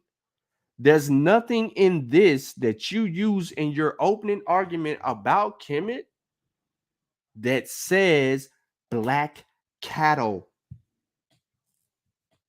None here. None here. I'll read it to you again. For you are the black ram, son of a black Ewe, that a bright Ewe bore, and 4 sheep suckled. Here's the other translations. For you are the black ram, son of a black Ewe, that a bright Ewe bore, and that sucked at the breast of 4 sheep. None of them say anything about freaking cattle. None of them. None of them say nothing about bull. Now, here we go. Because listen, all of this right here doesn't justify what you say right here, because you simply say black ram or bull. Now you move your argument differently, and then you come into an acceptable question would be, in what text did the people of Kemet civilization say directly that they were cattle to make the proposed relationship of cattle and people true? You're on to the next question. See, this is the problem with you. I didn't want to really do this again. But every time that I continue to go over and over and over and over this, I uncover other issues with you. Reggie, you never answered the first research question. And the evidence that you had that we would be supportive of answering the first research question, you didn't provide it. You never defined Kemet and what it meant. You moved to the next question. And now we're dealing with a whole nother question. So you say here, the first case in Westcott Papper's story of Dindy the magician. Why am I moving forward? Because your question moves forward. You never answered your very first question. You asserted, sir. Anyone who reads your article can tell that you asserted. You didn't do any work to prove, or you didn't do any work to define what Kemet meant.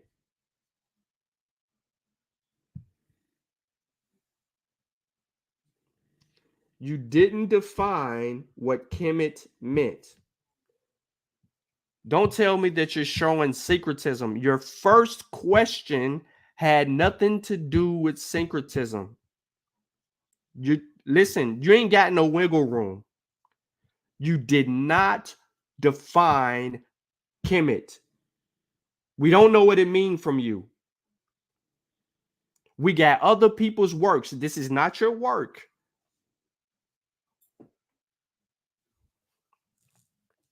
The first case, and now you move on to question number 2 about the relationships proposed with the relationships of cattle and people to be true. So you deal with the Westcott Papers. You give up you give up someone else's transliteration. You give us someone else's translation.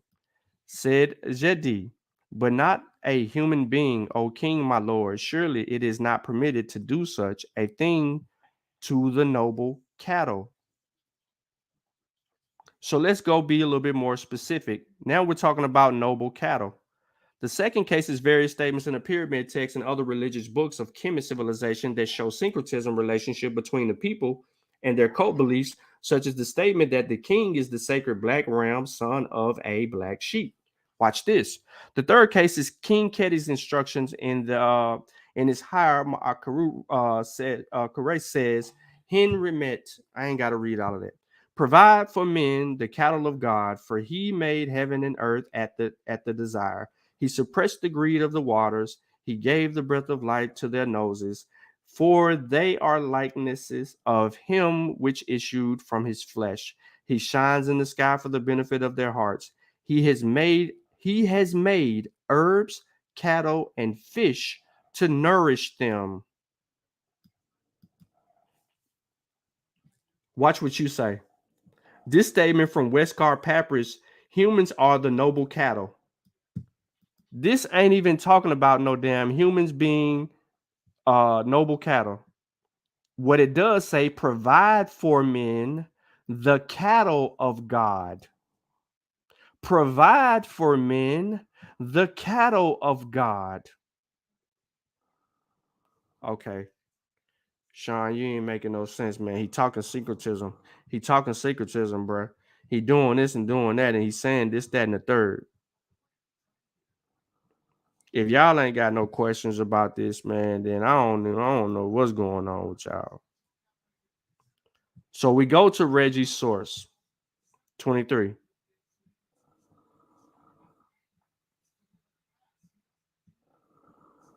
And we are looking for where he gets his quote.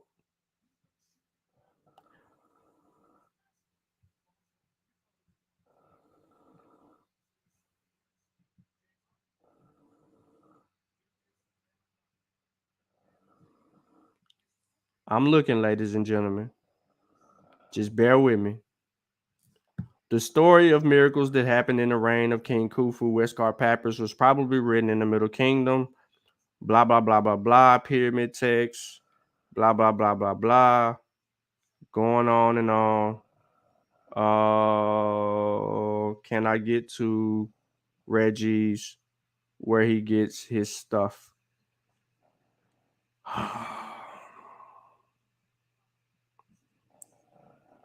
Reggie, you never mind. I don't say that on here.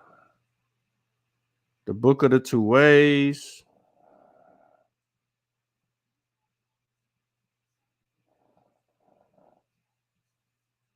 The King of the 12th. Second Intermediate. Let me do this, man. Watch this.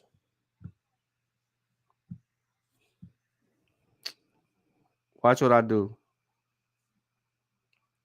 I'm trying to find this quote that he used, this source that he used, so I can get context.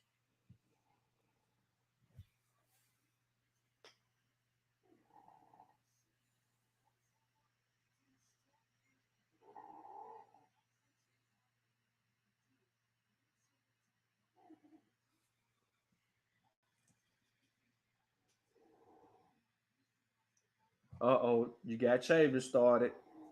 The scientific study of languages and structure, including the study of morphology, syntax, phonetics, and semantics. Specific branches of linguistics include social linguistics. You got Chavis started. You got Chavis started. None of that is in here. You got Chavis started. It's over now.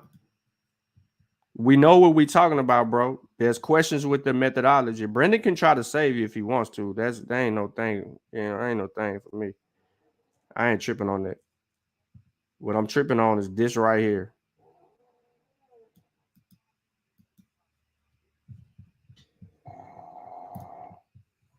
This what I'm tripping on. Context. Remember, Reggie? Context.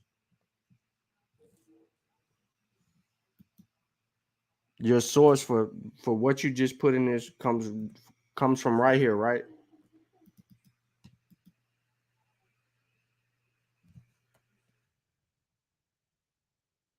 I got way too much in here for this search.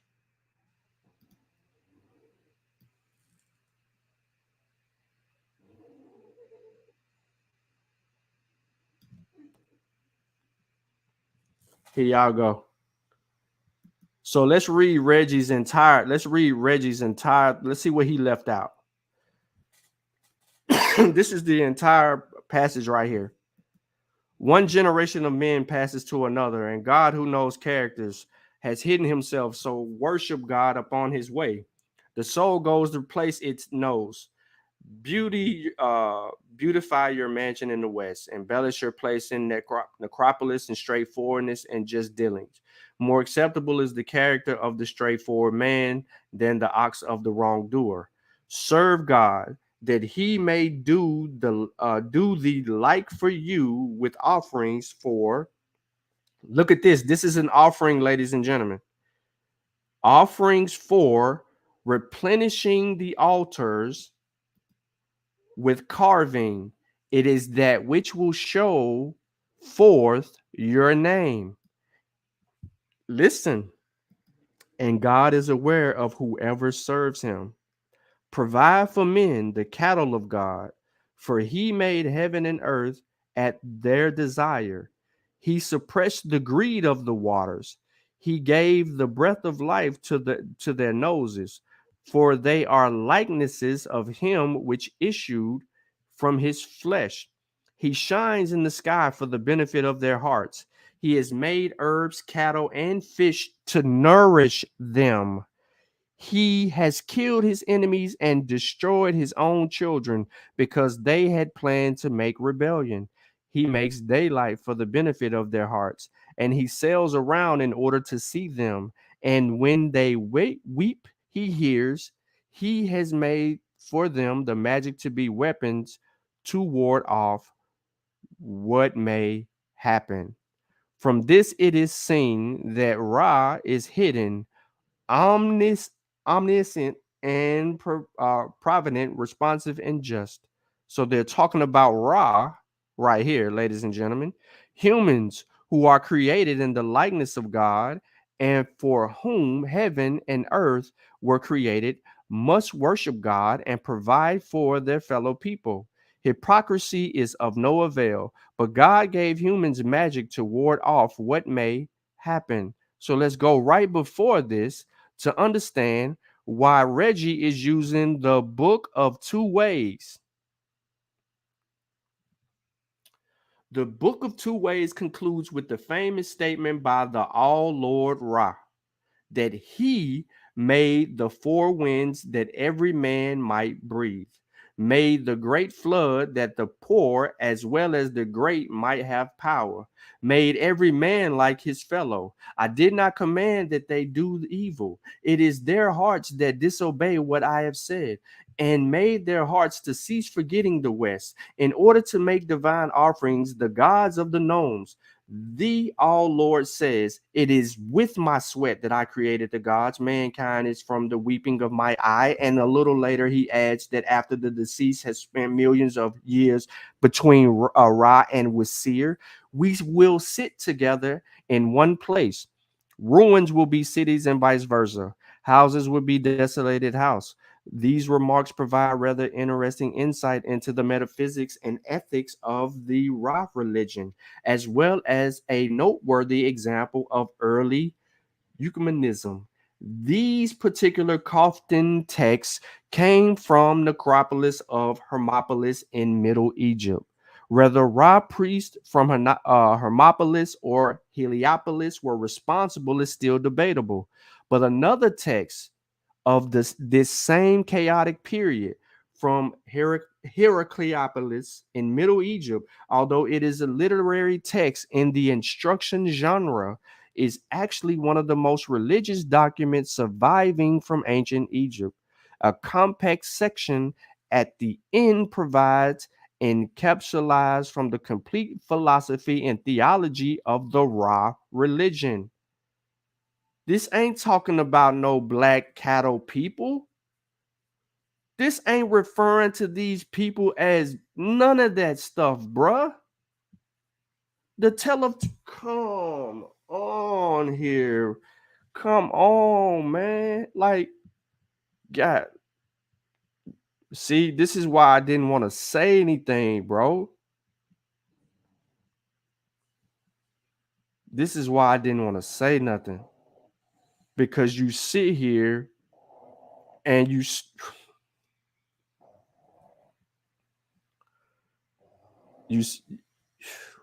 doing too much. You're doing too much. You are.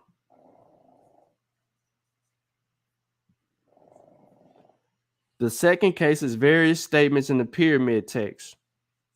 You go back to that assertion. Then you got the third case, King Keti's instructions to his hire. And then you give us this. So let's see what 22 is. We check what 23 is. This is a translation, and we see where that came from. So let's go to 22. See, you just thought I was a YouTube dude. I keep trying to show you over and over I ain't no YouTube dude. Oh, number 22 don't come up. Oh, but you mean to tell me that the people that published your article, right? The people that published your article, hold on, this got to be a mistake, Reggie. I ain't gonna blame you for this, but this got to be a mistake now. This source don't come up.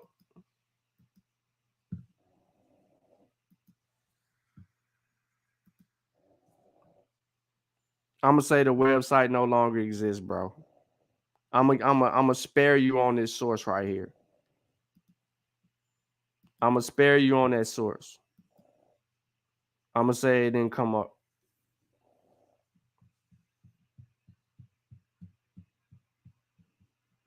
You know what I'm saying? I'm gonna spare you on that. I'm gonna spare you on that.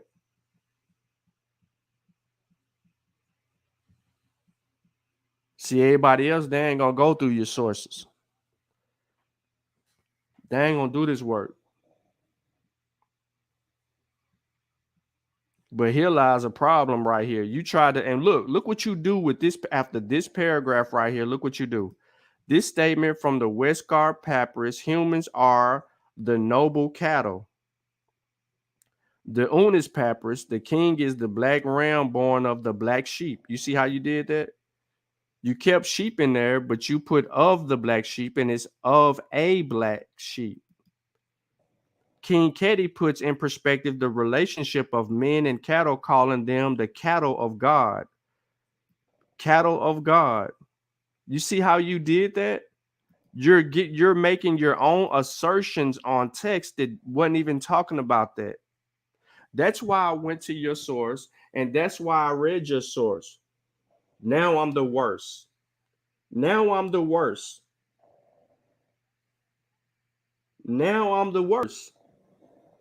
No, Reggie, you're not showing syncretism. How can you be showing syncretism when the text ain't even referring to men and cattle? How?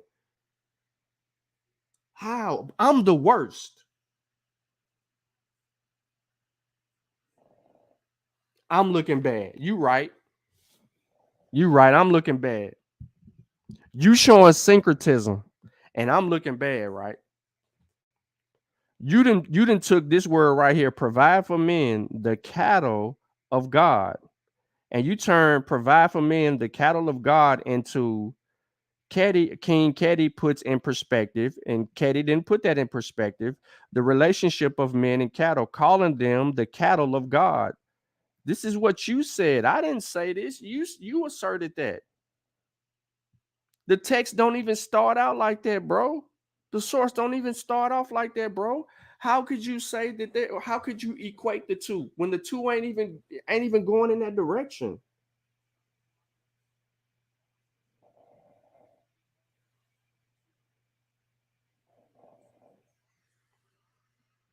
What's going on here? How are you coming to the conclusion that that Ketty is talking about the cattle of God and referring it to men? How, Sway? But let's conclude. Let's go here. Cause then you go to Carruthers. I really don't want to touch this. You know what? I'm not going to touch it. I gave your ass too much attention, too many hours, and I ain't get paid a dime for none of this shit. You think your work is solid, bro? You think this was peer reviewed?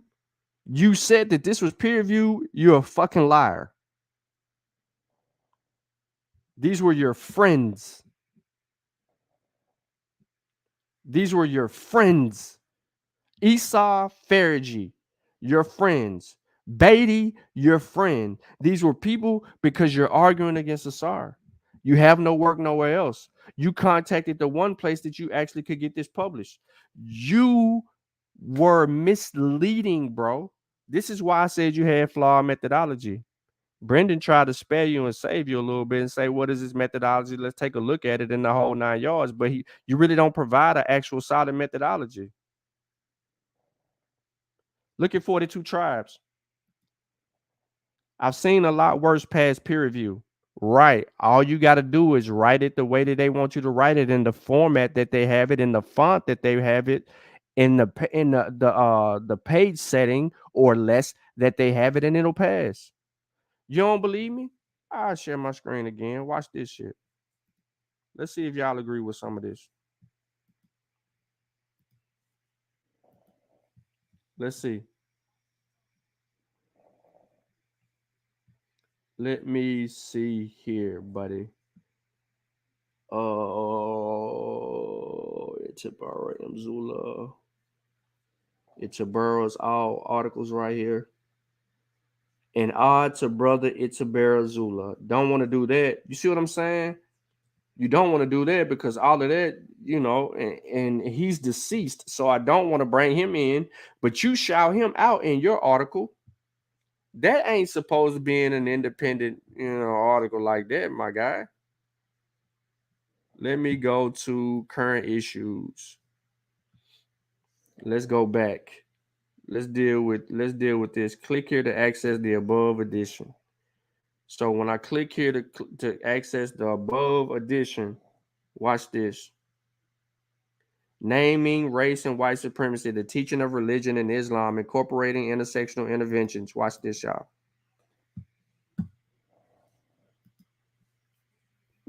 Let's just get off Reg.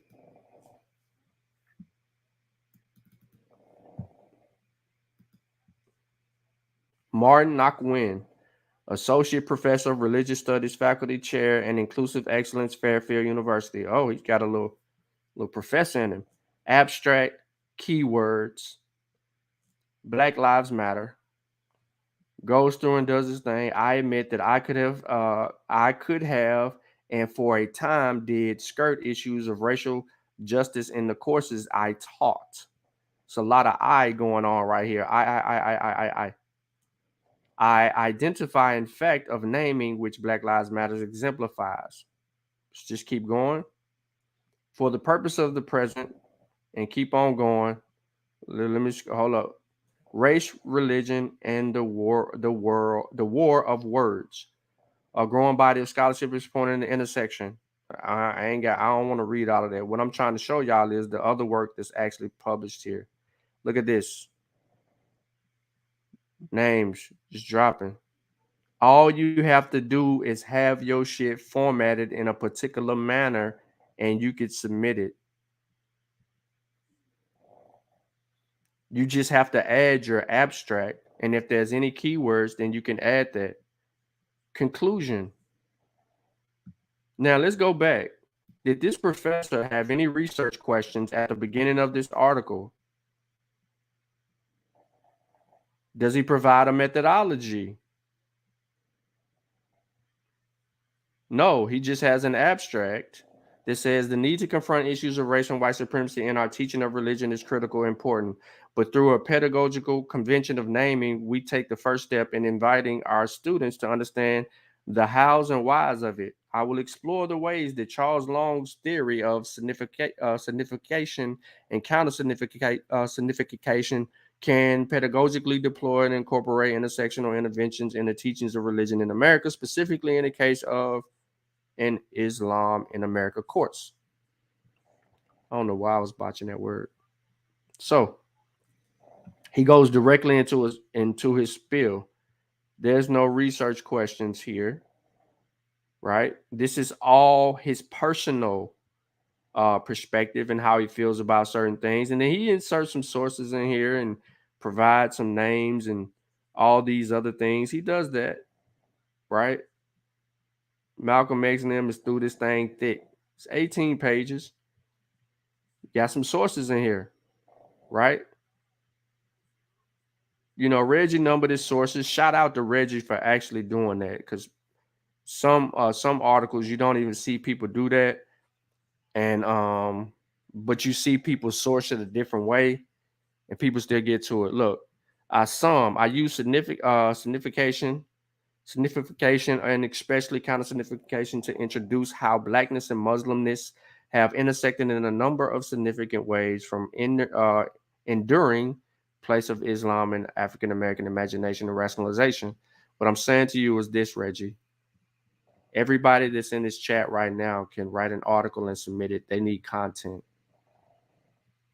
They have a whole link on the side of it that says submit, submit, submit.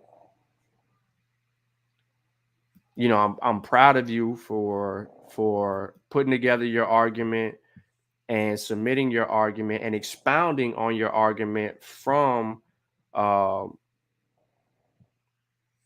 conference. But you tried to stick your chest out real wide as if to say something, you know, like, oh, here go your boy Issa right here. Here go your boy. This your man's Issa right there. What he doing on the cover? What Issa doing on the cover? What you don't want Sean to do is meddle in your business long enough to uncover other things that could be an issue for you. So it's just best to leave me alone. It's best to leave me alone. After my first video, had you not said anything, I was ready to leave it alone. But you came on there commenting and saying certain things, and that began to be a problem. And then you took shot at my brothers. So I was going to respond appropriately because you involved them into something that they wasn't involved in. They were not involved in it.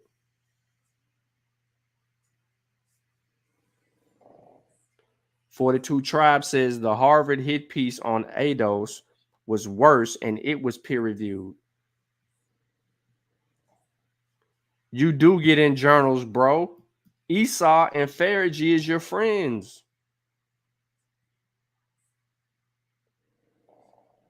"42 Tribes is telling you that your article, he's seen worse articles than yours. So he's saying that your article was horrible. I don't think that you understand what 42 is saying. You ain't listening to him. I remember the crazy German passed the peer review arguing that all Africans were back migrated Eurasians. He's basically telling you that he's seen all kind of stuff that's peer reviewed get put in journals.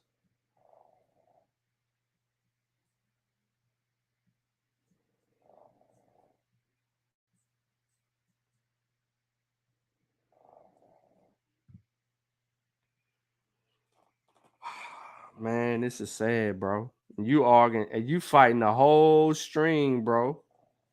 The whole stream you fighting.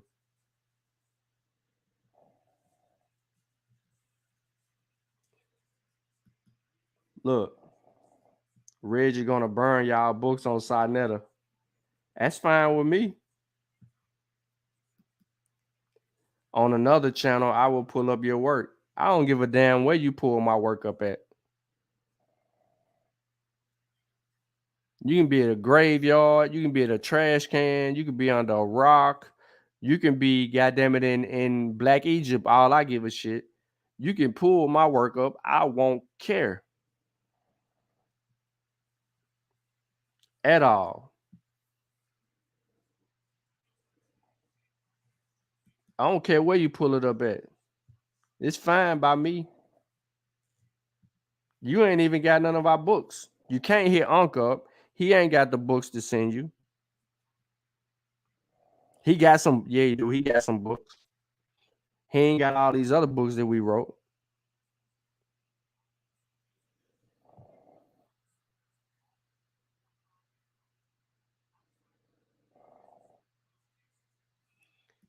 He says, with all due respect, you publish for critique and information.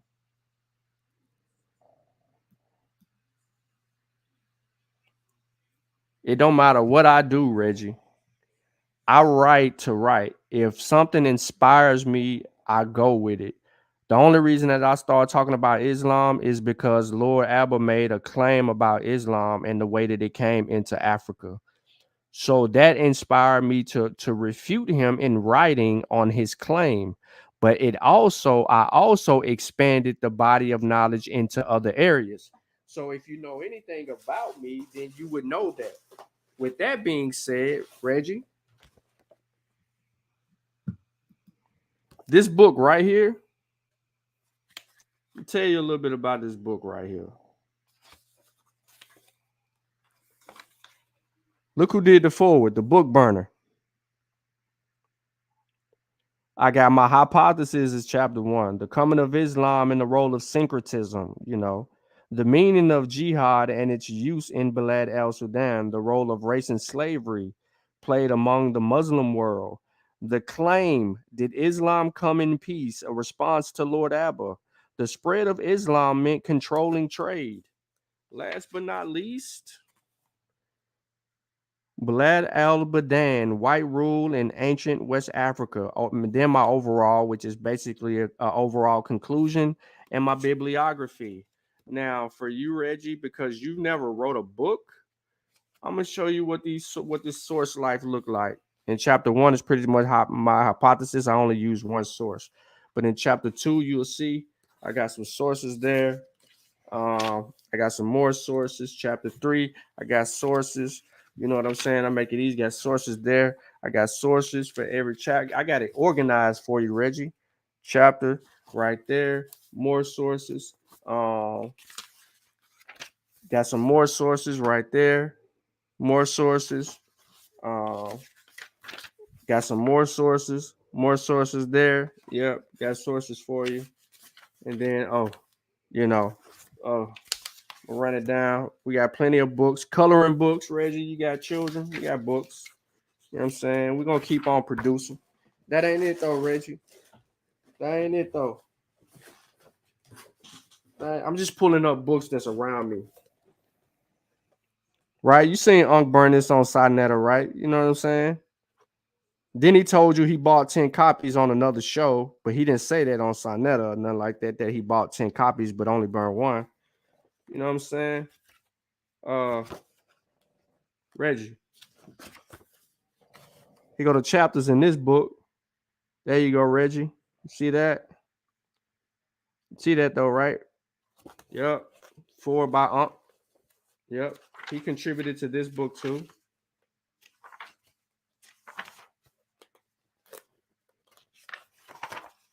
Yeah, Reggie. Look at that. I even have a review in my chapters, Reggie. Can you do that? I had a review in my chapters, Reggie. You see that? Review in my chapters so that people can learn. And then right after a chapter, I have the sources. Look at that. Whoa. All those sources in chapter 1. Then I move on to number 2. I do the same thing. Help educate people on the subject matter. Talk about what SARS-CoV-2 taught me. Then give another little quiz at the back of it. And then gang it up with all the sources, Reggie. You know what I'm saying? Gang it up with all the sources. Come on, man. You're going to have a hell of a time trying to sit on somebody's show and talk about my books.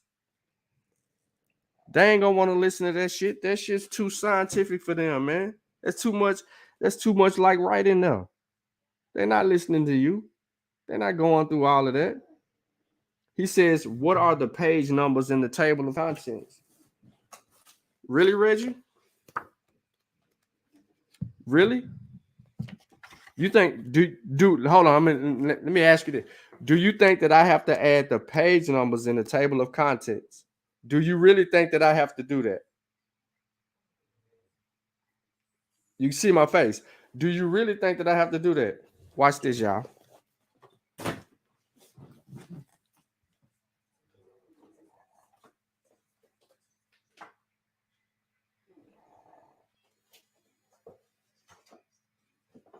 Reggie, do you really think that I got to do that? Huh? Do you? Do you really think that I got to do that?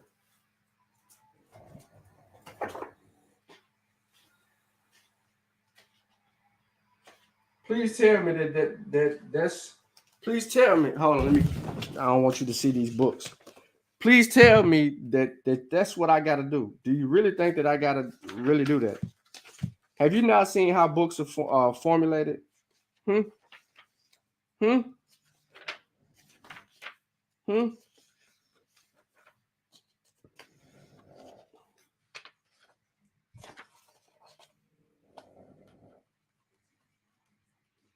on, Reg, I'm talking to you. I got some scholarly stuff over here, Reggie, that You know, a lot of them, they do that, but then there's other books, scholarly books, that don't format out and put the page numbers right there per chapter. You know that, right? And I got them in my hands. I can end this real quick. You just don't have to do that. There's several different formats for work to come out like that. For some people, they do that. For some people, they do not. Especially when you're directing your chapters the way that it is.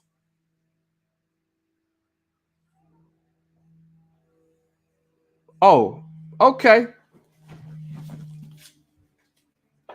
I ain't even got to argue with you. I'm just gonna put some important people's books back on the shelf.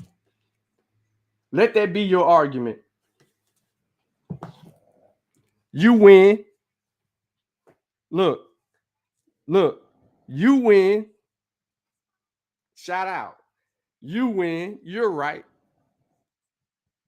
You win.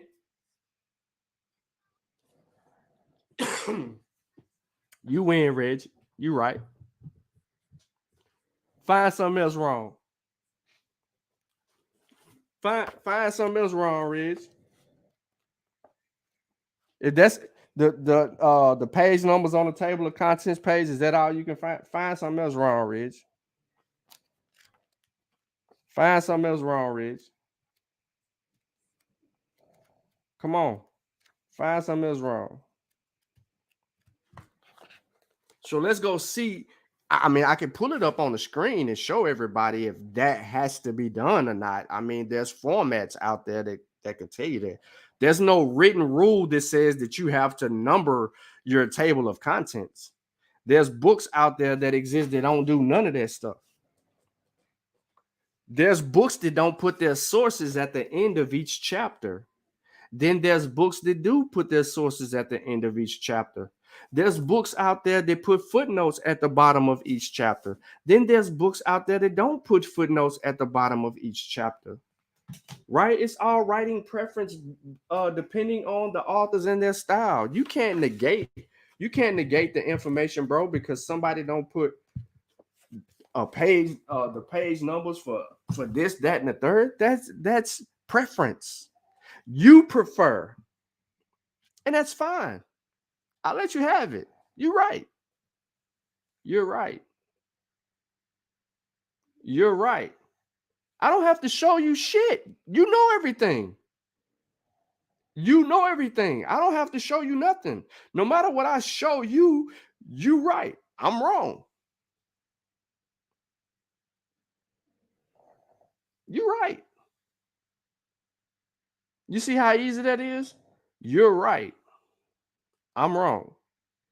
I should have put page numbers right there. Mm-hmm. You know, I should have put page 9, chapter 2, page 34, chapter 3, page 57, chapter 3, page whatever. You right. I could have did that. Absolutely. Mm-hmm. I could have did that. Hold on, Brendan. Don't say that, Brendan. Don't say that, Brendan. Come on, man. Don't say that. But to be honest, journals ain't used as true academic works either. So what's the standard? It's the information that's actually in the books on the subject matter that actually matters, because all of that stuff is flexible. Certain people journals are written a particular way that other people journals ain't written. Everything's flexible. What matters is the methods and the message. I like to say the methods and message.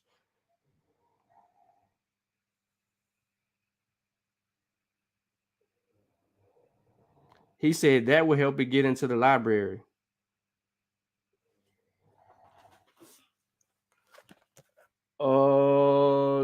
That'll help it get into the library.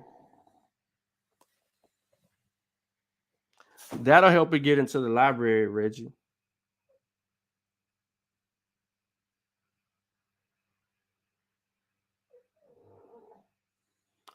Don't even argue with him no more. Let him say whatever he want to say. That's why instead of me trying to show him these other books, I just put the books back and let Reggie, right? And let Reggie just be right. He has to win something. Let Reggie win his point, bro. And don't make no, let me put this back. Let Reggie win somewhere, yo. Let Reggie win somewhere, yo. He's right. Let him win somewhere, yo.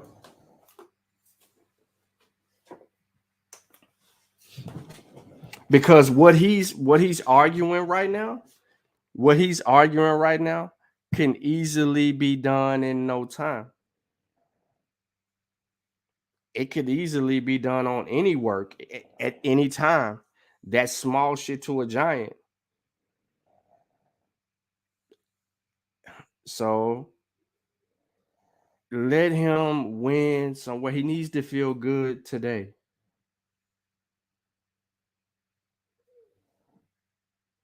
He just needs to win today. It's just academia only accepts certain formats. Absolutely. Academia doesn't accept Reggie's shit the way that it is. That's why it's only where it's at. Now you pulled up the Penn University stuff, but somebody inserted it into that. But if someone goes and analyzes and critique that article, it won't be in Penn anymore. It's going to need to be re-edited and updated accurately.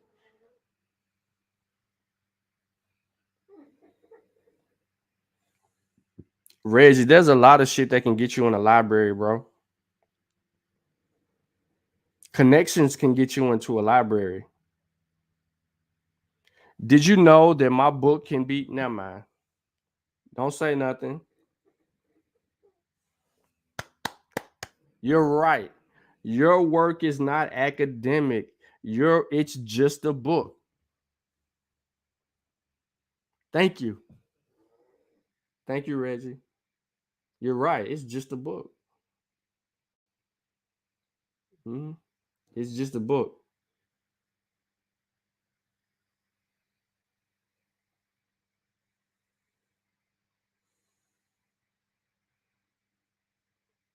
You're right. It's just a book, Reggie. Let me put it on a summer jam screen so people don't think that I'm tripping. Where it go? Boom. Your work is not academic. It's just a book. Thank you, Reggie. Shout out. Reggie says, I feel sorry for this conversation. I don't. What you feel sorry for? What you feel sorry? I don't feel sorry. You can't take critique. You're not scholastic enough. You're not academic enough. You don't have any integrity to take critique. Your ego is too widespread and big. I wasn't trying to critique anything of yours tonight. I was dealing with something totally different, bro. I was trying to help edify everybody else on some other stuff. You wanted to come in the chat and get all personal and in your feelings. And then I run down on your stuff again for a fourth time. And it just let people know where you are with your work. And I understand. This is your first written work. This is your first article that you've ever done. This is your first omission to anyone's eyes.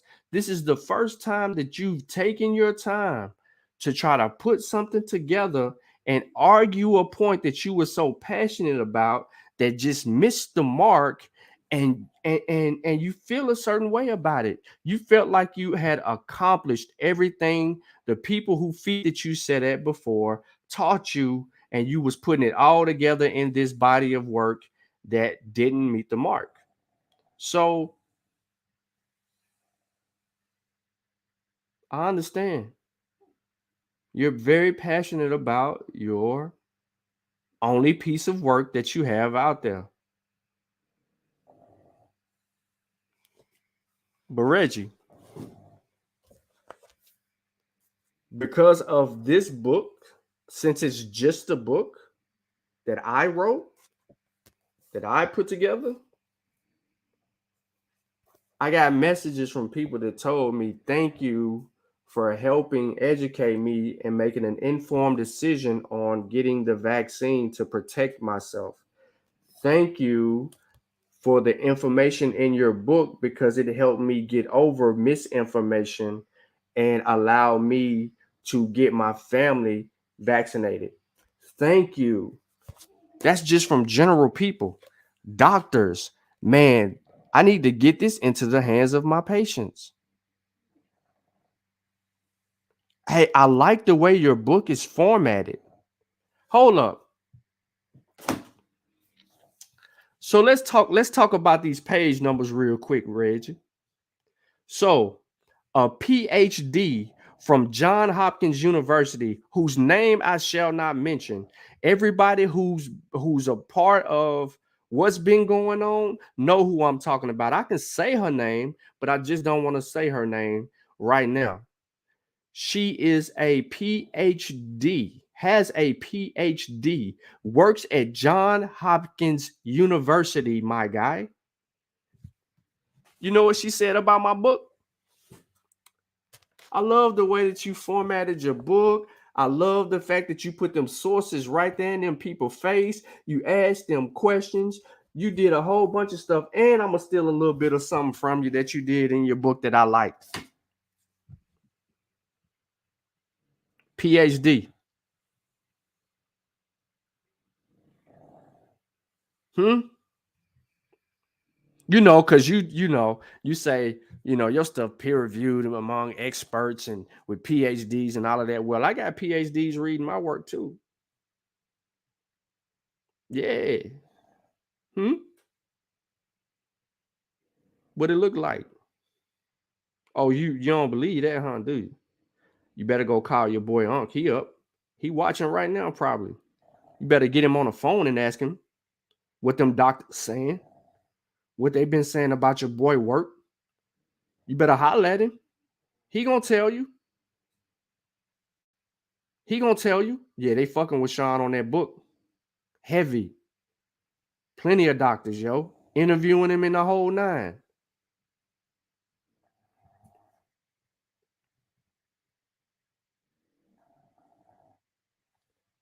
This nigga says, I got in the topic because of Unc. What the fuck is you talking about?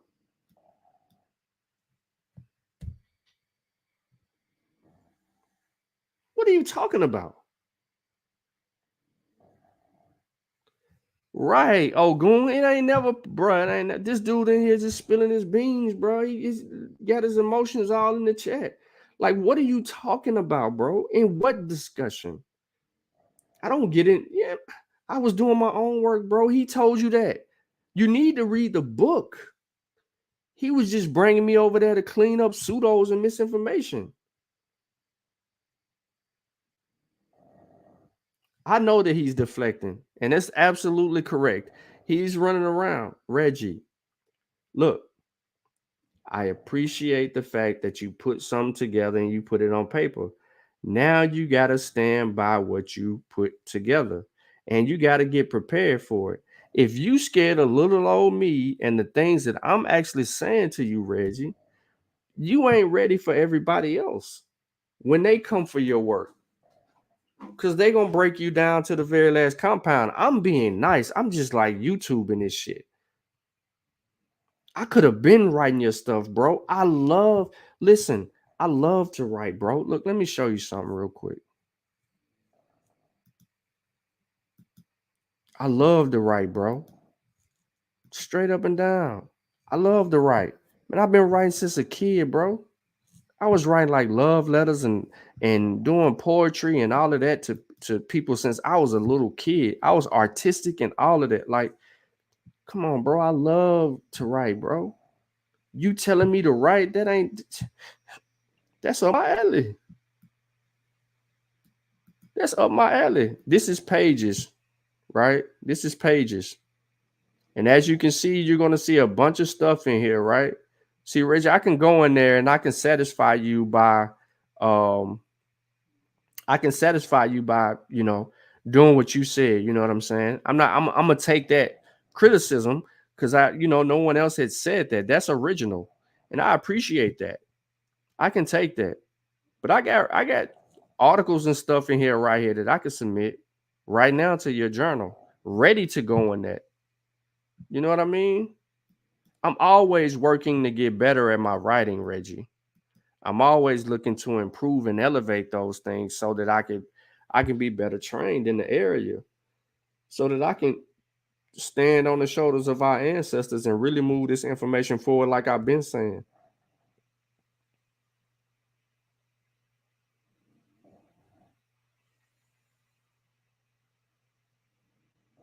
You see what I'm saying? Like, I ain't tripping on none of that. You said he brought me into discussion on COVID-19. Okay, so Reggie, how do you know that he brought me in on a discussion regarding COVID-19? How do you know that?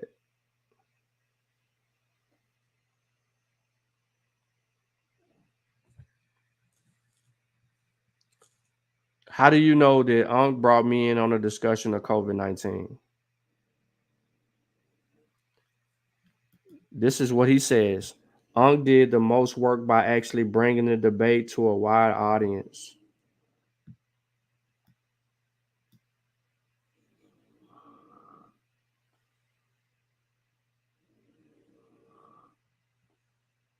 Well, thank you. Thank you, Unc. Thank you, Unc, for bringing me into the discussion. Appreciate it. I ain't mad at that. If that's how you feel, you know what I mean? Cool. Thank you, Unc, for bringing me into the discussion. Reading all those articles and things of that nature. Thank you, Unc. Thank you for introducing me to all the source material that I got. Appreciate you, bro. Thank you, Unc. Thank you for inspiring me to put the presentation together regarding vaccines back in April of 2019 and introduce that on Dagger Squad. Thank you.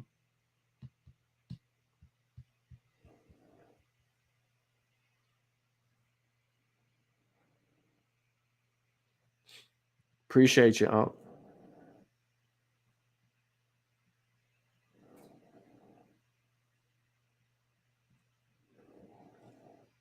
Shout out to you.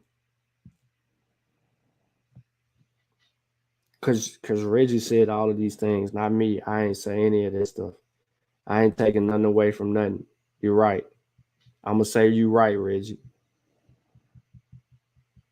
And I'm gonna take your criticism. Put the numbers in the book. Next book, it'll have the numbers there for you. As a matter of fact, I will go back and edit, right? Every book to make sure that the page numbers are in there for you. So when they get the new, it'll be the way that you want it to be because you said so. I'm gonna do that for Reggie.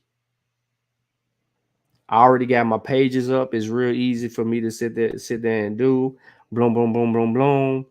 Save, upload, no problem. You're the first person to bring that to my attention. So thank you, Reggie.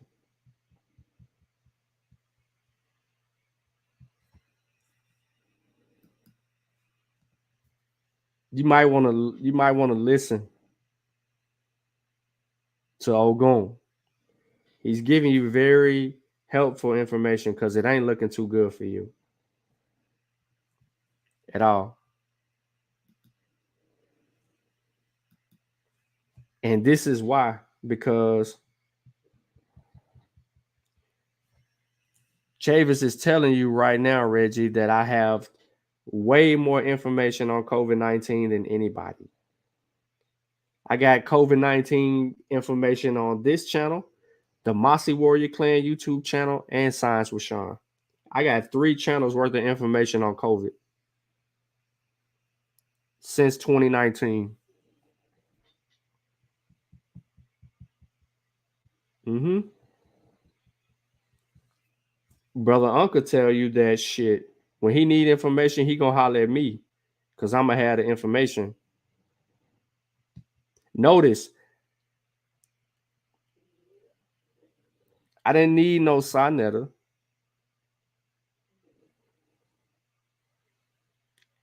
I ain't need him. You need him. Other people need him. I don't need no Sonetta. You ain't seen me on Garfield channel with my books, showing them and talking about my books and going through all that.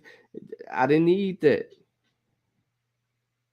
My why is bigger than advertising it to a wide audience and all of that. I did these books for the people that actually read books, the people that's gonna do their due diligence to go in and rock with the information, because I piss everybody off. Like right now, how you pissed off,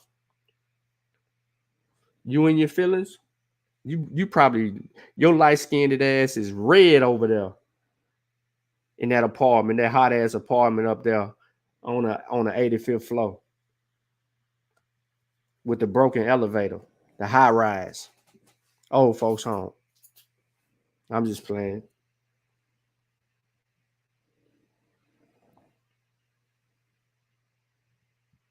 But you just chill out, bro.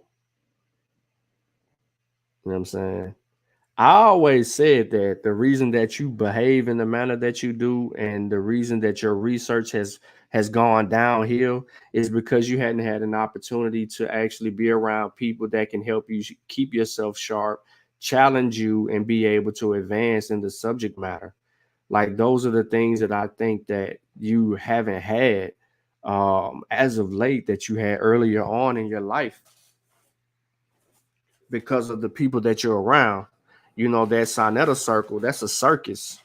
And it doesn't give you the ability to be able to advance your research skills and your methodology, or test your methodology, or critique your work before it actually goes anywhere.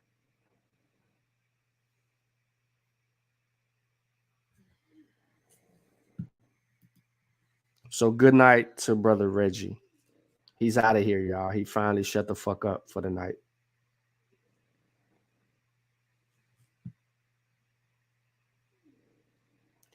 Reggie is not going to buy the book. I can tell you right now, Reggie ain't even been on the website ever.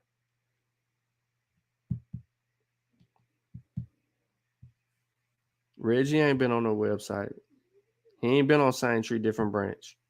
We know that. We know who hit the website up looking for books. Come on, man.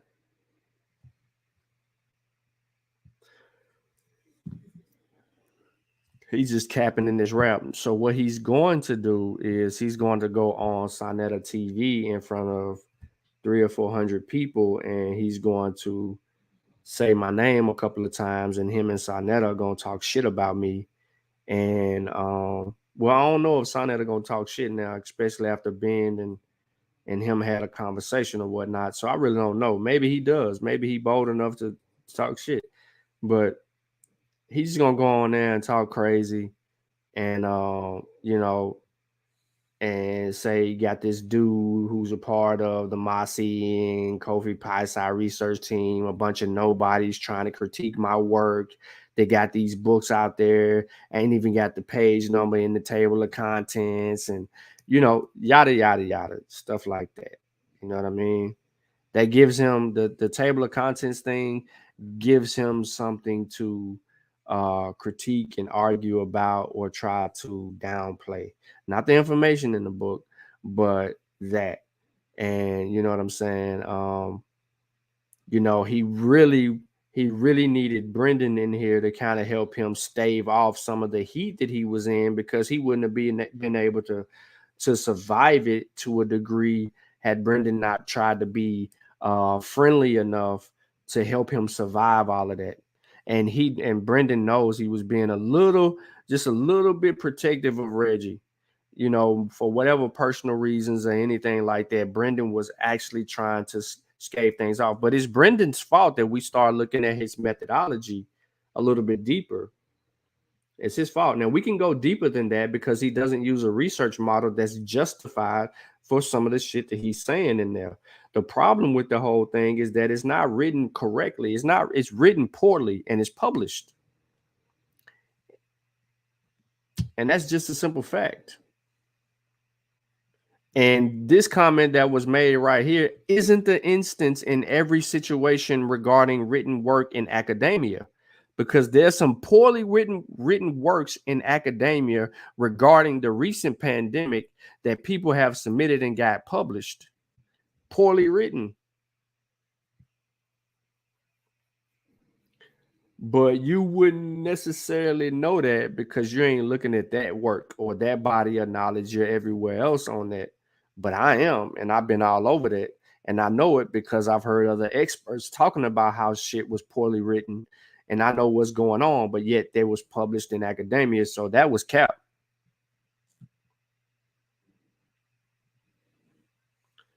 But you did come back and say this. I'm not knocking books. It's about the information at the end of the day. And you actually got some books. And I wasn't trying to say all of that to him, Chavis, as I go back and look in the comments. But yeah, Walmart, Target, Barnes and Nobles. There's some other places where the books can be purchased. So it ain't limited to, you know what I'm saying, just us, you know. There's a lot of places where that stuff comes from. So that ISBN to outlive your article, Reggie. Why am I saying that? Is because if that Pan-African Journal, that domain name is not retained and no one keeps it alive, all that information in that journal dies. When the domain dies, it dies. It's gone. And only people who downloaded that article and saved it to their desktops will have access to it.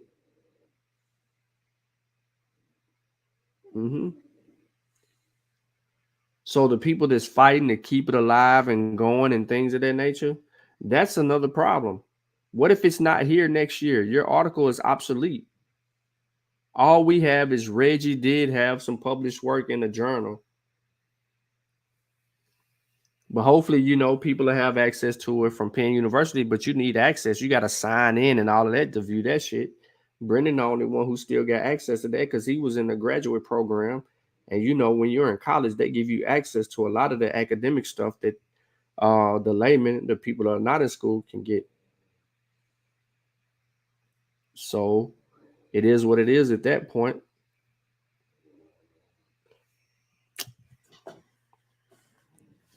I should have already been off this in bed, sleep, minding my business. Should have. But old Reggie wanted to talk crazy.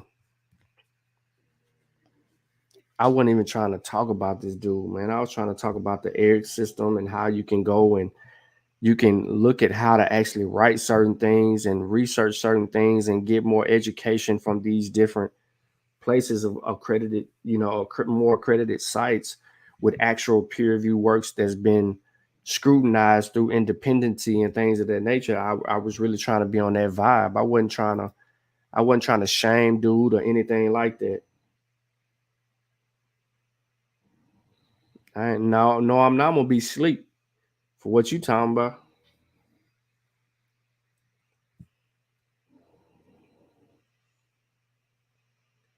Yeah, it's dude's fault, man. Says I hate feeling like a roach in these scholarly chicken fights. Bruh, listen, EIE, man, it wasn't even that. 42 says you can't say all that, then say you're just playing.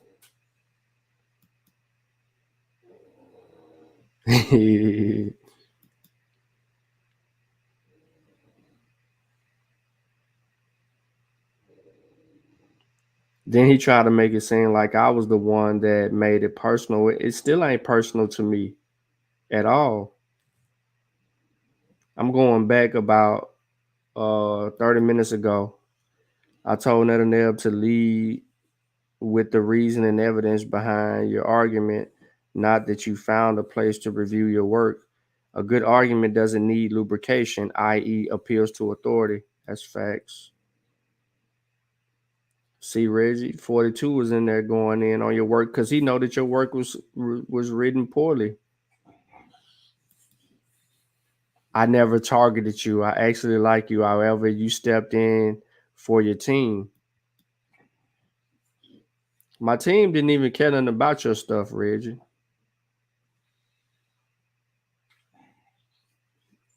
They didn't. They didn't do anything at all. I really wasn't trying to really get into that.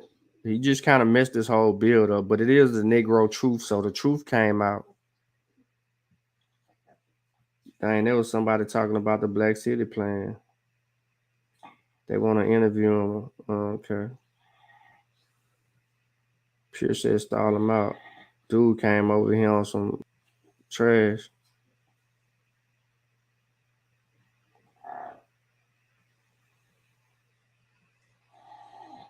Reggie was really trying to justify how he came to the conclusion that Kemet meant the black cattle or the black people. And the translation didn't even say that. He omitted sheep and inserted cattle. And see, when you go check his sources and go behind it and read those sources, you find more problems. I didn't want to do that to him. I kept leaving that part of it out, man. Y'all kept making me want to get into this dude's stuff, man. Then one of his sources you can't even substantiate what he said on one of them because the article is no longer available and on that research domain. And that's what I'm saying about his article. His article can crash just like that domain. But you know what, though? I couldn't pull my article up earlier, the one that I had earlier, because of WordPress. But I could have went to Black Panther website and pulled my article up because I have it there too. And I forgot all about that. I just really thought about it just now. Y'all was going at Reggie head though, bro. Y'all, that wasn't even fair, bro. At all. That wasn't fair at all, bro. For him anyway. All right, peace out, Juju. You gonna wake up and see a load of questions. Oh yeah, well, you know, I can deal with the questions when I wake up. And recording's cool. That'll work. Find up one for the size of my thumb for Reggie. It ain't no Reg though. That boy crazy. Bonus nooches. All I know is I've been feeling for Angus all week. Right. The black cattle. Listen, man. I don't be trying to be personal, and I don't like pissing contests because I know that I can outpiss a lot of these people that be talking stuff online. And it ain't even about all of that for me. I know why they say the things that they say, and most of the time, well, the 99% of the time is because I'm going over their work and they don't like being critiqued, and they don't like, people. They think that they're off limits. And I know y'all heard me say this before, but people feel like in certain circles that they are off limits. Like, I ain't supposed to go and critique their work. That's why he said, why you not critiquing the Shemsu Heru research team, right? Because he think I need to critique their work. Well, I read their work 4 times, bought 2 books. I made sure that I had the book that I read, I left it home. And when I travel, I took the book with me and I would read the book on airplanes. Or if I'm driving somewhere and I got my briefcase, that book is in there. No matter where I go, it's in there. So I can say this, right? People ain't going to say this out loud, but I'm going to say this out loud. People began to have problems with that book when they felt like there's unsupportive work in a certain part that I think refers to grammar, but don't worry. Don't worry. Y'all don't know what y'all talking about when it comes to the book. Some people don't. Some people do, some people don't. Some people have questions, but they won't bring it to the forefront. Me, because I'm a student and I understand certain other stuff and just researching and all of that, I can see beyond some of the stuff in there because I already know where it's going. Other people can't do that. So for the layman, it's hard for them to actually get into certain things. Like, to be honest, most of y'all wouldn't have never read Reggie's article or even paid attention to it being read had I never said anything.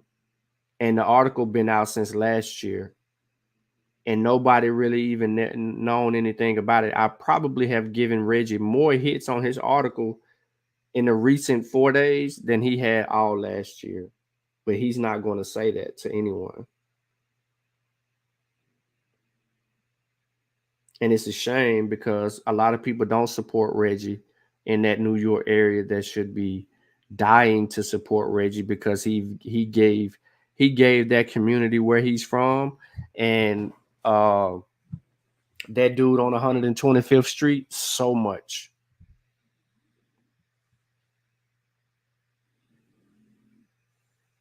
I respect Reggie too. I just don't think that I don't understand why he think that I ain't gonna, you know what I'm saying? He was talking crazy. I wouldn't have did nothing, bro.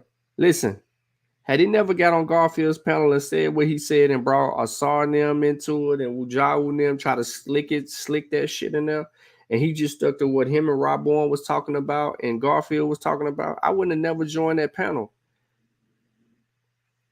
I joined that panel because he was trying to be slick and think that he was going to get away with just taking shots at people and then he doesn't have to answer for those shots. I could have shut up and said nothing and just would have been one of the dudes in the chat. But listen, I know everybody's loyalty ain't like my loyalty. And I recognize that now. And sometimes it's a fault of mine because I'm willing to go out my way and I stand up to that no matter what. So where there's smoke, there's fire. And I'm with that shit. So if you're gonna say something about these people and they're not around, I feel like I'm not the type of person that's gonna let you talk about them like that. I can be mad at Wujawu. That ain't gonna matter to me. I can be mad at Unc. That ain't gonna matter to me. You just not gonna talk shit about them. They ain't around. So I ain't gonna let you just talk shit to them. I'm gonna press your ass. I might not mention them when I'm pressing you, but I'm gonna press your ass on GP just because you try to talk shit about them. You can't come around me and talk shit about Unc. I don't give a fuck how mad I am at him. Now, you might be able to talk about me around him. That's another subject. I don't know, you know. That's the way I feel. But it's just the truth of the matter. Like, come on, man. I understand that y'all don't like Asar. It's people that's close to Asar that don't like Asar. And I get that. But you can't diminish his work. The dude has put the time in to do the work to stand alone in certain arenas because of his work. That's facts. I got the lightweight. That's how I look at it. That's how I look at it. I handle your lightweight. So remove your biases and your feelings toward Asar and stick to the information. And when you start talking shit and you don't remove your biases and your shit talking ain't got nothing to do with the information, I'm going to press you on it. I did the same thing for Garfield. I do the same thing for everybody. And if somebody want to fight me behind it, shit, then you got to treat me like a hoe or bitch and you got to pop on me. You got to spring on me. You got to call me a bitch to my face. You got to do all that shit you were talking online, on YouTube and all of that. You got to do all that to me. Yeah. Don't let the dimples fool you, my guy. Don't let the smile fool you. Don't let none of it. Don't let none of this YouTube shit fool you. You have to handle your business because that's the standard that you set. Because you came out in front of everybody and you made that a standard that you was gonna handle me a particular way. He said, this better than listening to Whack 100 on Clubhouse. This dude here. Take this dude's cell phone, bro. Get this dude out of here. But that's just the truth of the matter. You know what I'm saying? Like, I don't be playing them games with people and all of that, man. Like, come on, man. I know how to joke and have fun. I got a personality. I don't show it all the time. I be serious about my work because I'm passionate about my work. Like, when I study and put all that time and effort into writing books and having conversations and trying to learn and advance knowledge, like, I take that stuff serious, man. And to see people piss it away and try to shit on it, I ain't with all of that. But had Reggie never brought up Asar or Wujawu or in his little conversation with Garfield, I would have never hopped on the panel, and I just would have dismissed all of that. He was trying to tout his he could have touted his article all he wanted to, but he didn't have to interject all the other things. He could have said, yeah, man, please check out my article that's published on blah, blah, blah, blah, blah, and do it all that. I wouldn't have said nothing. He didn't do that. He got a little disrespectful, so I pressed him on it. And then he tried to act, he tried to minimize or disqualify me from critiquing his information. Who am I? The fuck you mean, who am I? You talking to me, I'm somebody. Try to talk to me like I'm a nobody. I'm somebody, bro. You not finna talk to me like I'm a nobody, bro. Like I'm gonna make you feel this. So now he felt it. His feelings was hurt. It hit him hard. His chest caved in. He felt he had to defend his name. You know what I'm saying? Asar let him live tonight because Asar he was listening. But he let him live tonight. Come on, man. Y'all just don't even be knowing out here in these streets. I don't be knowing, man. And it's cool, too. I think I need to take my ass to bed now. What's up? What we talking about right now? We still got some people in here, though. What's up? Who wants some smoke? Y'all listen. What's up? Who wants smoke?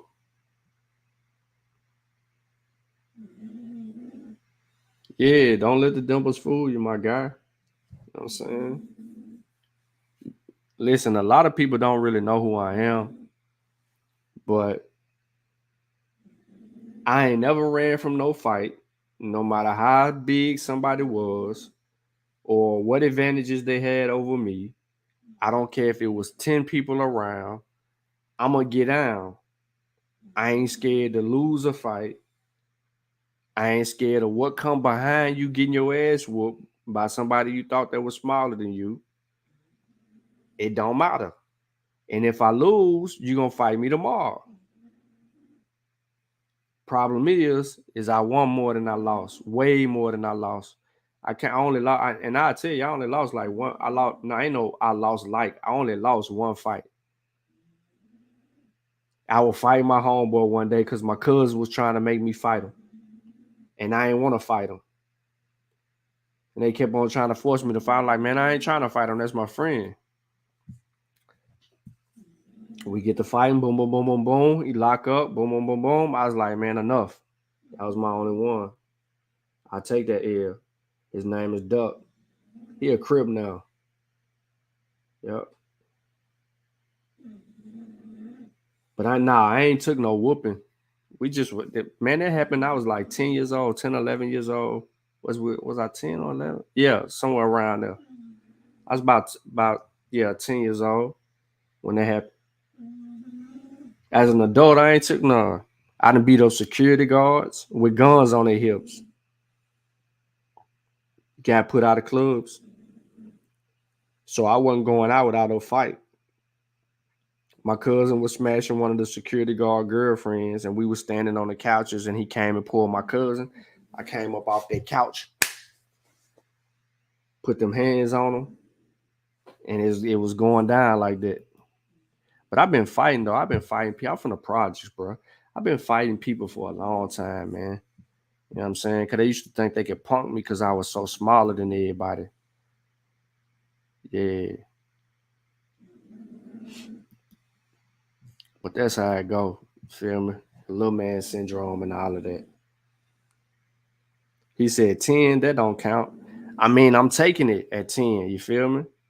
Okay, all right. I'm gonna say, okay, I'll take that back. Let me take the 10 out of it since I was so young. And I, you know what I'm saying? I'll take that out. All right, so let me see.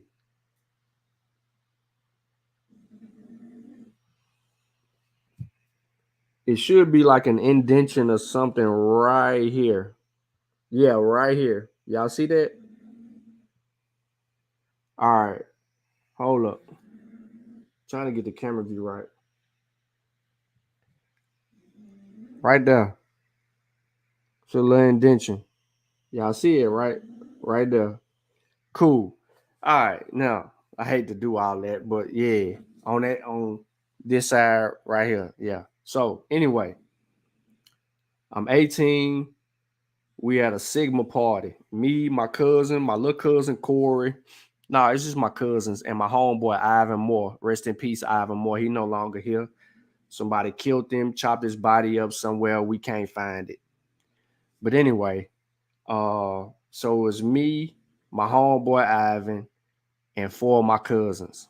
Four of my cousins, because one of them a female, but she came by herself, just so happened to be at the thing. So it was my older cousin, just basically by like 6 months, about a year. Yeah, about a year. My other cousin, people say we look like brothers. And then my older cousin's little brother, we had a Sigma party at the Atrium downtown Nashville, the train station. Right behind it, it's a high school Sigma crew. It's like 30 of them. They 30 deep. My cousin and this dude named Santonio Beard, who recently was killed in Atlanta a few months back. I think they were trying to rob him or broke in his house or something like that, and they killed him in Atlanta like just a couple of months ago. Santonio Beard was a highly touted football running back from the city. He went to the University of Alabama, played a couple of years there. Then he tried to go to the NFL, but something happened. He became an alcoholic, kind of ruined his football career. Anyway, he ends up in Atlanta recently, and he ended up getting knocked down. So rest in peace to him. However, him and his brothers was in there. They doing their little Sigma thing and all of that. My cousin and him was messing with the same girl. And so they bump into each other at this particular party. And Santonio was feeling some type of way. So they get to scrapping. And my cousin went and he getting the best of them. And because he got dude up against the wall and he got him boxed in and he putting them hammers on him, right? I'm seeing the fight. I ain't jumping into it, and my cousins ain't jumping into it. It's them two. They going one-on-one. Security ain't even in it yet. These dudes start running by my cousin and hitting him in the head while he fighting with dude.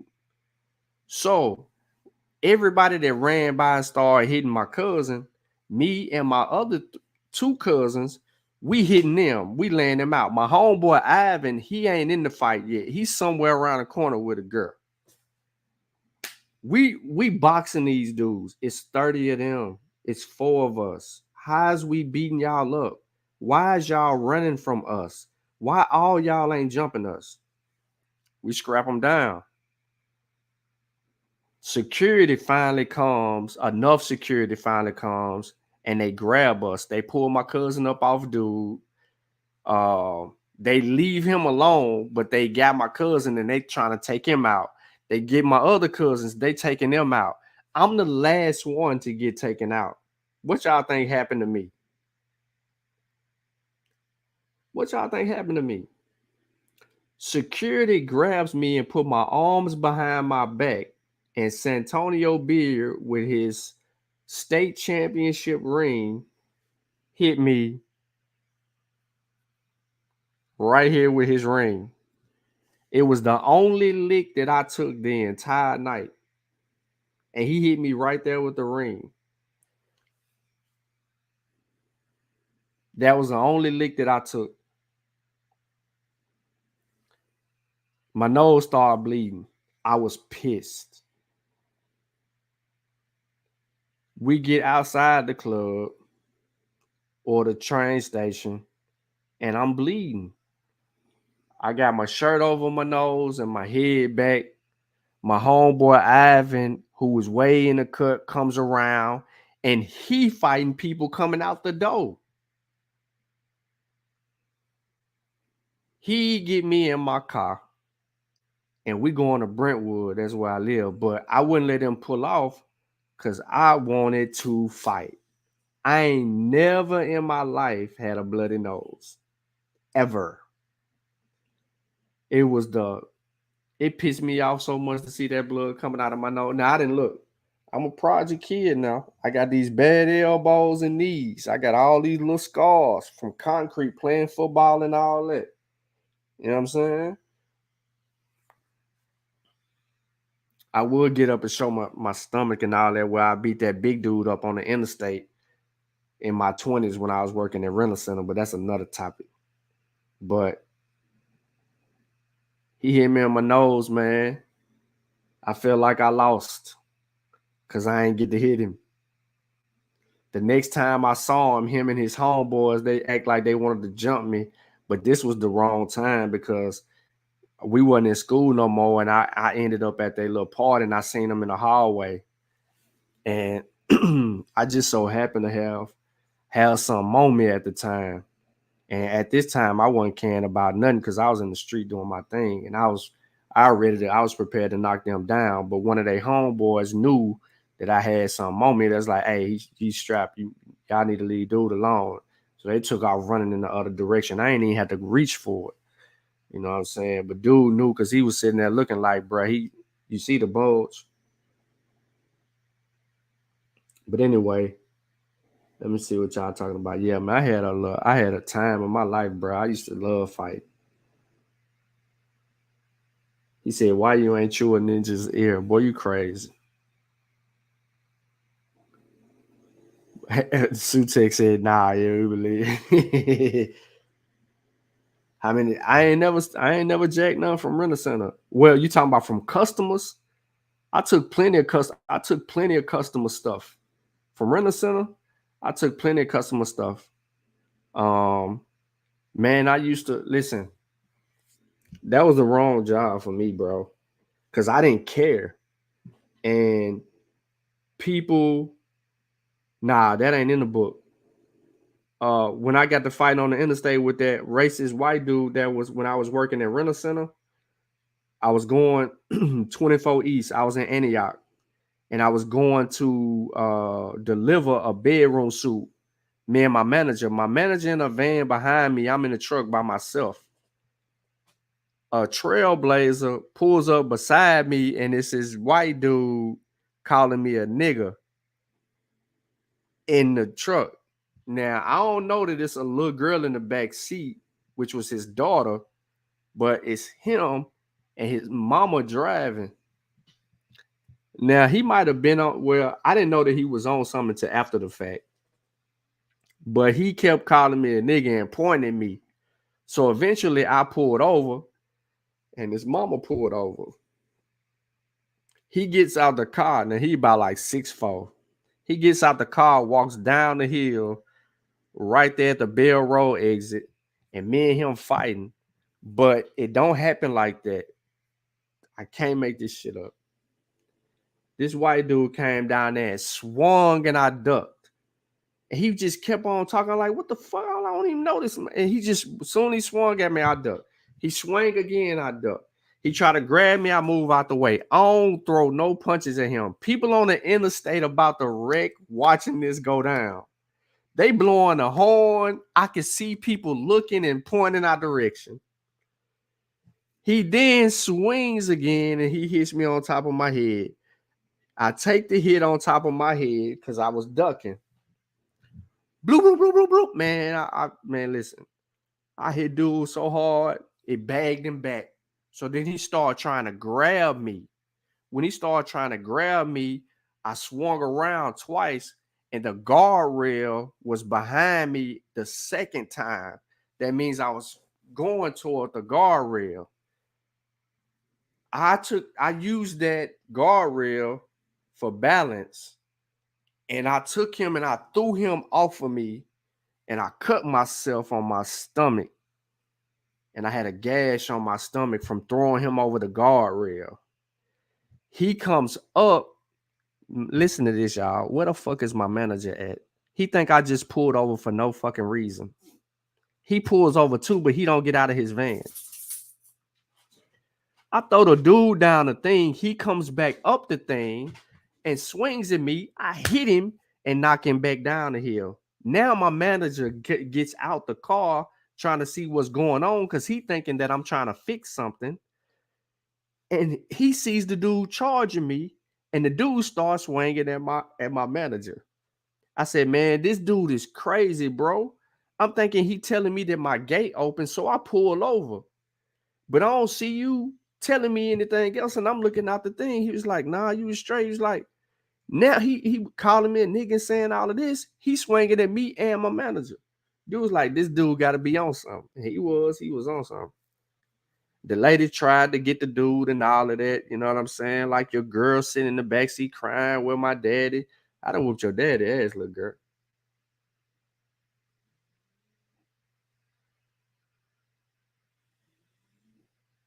I don't play no games, bro. I'll fight you in a heartbeat. You know what I'm saying? But I know after I beat your ass, you're going to go get your strap now. So I'm going to shoot your ass before you go get your strap. And I ain't no killer, none of that.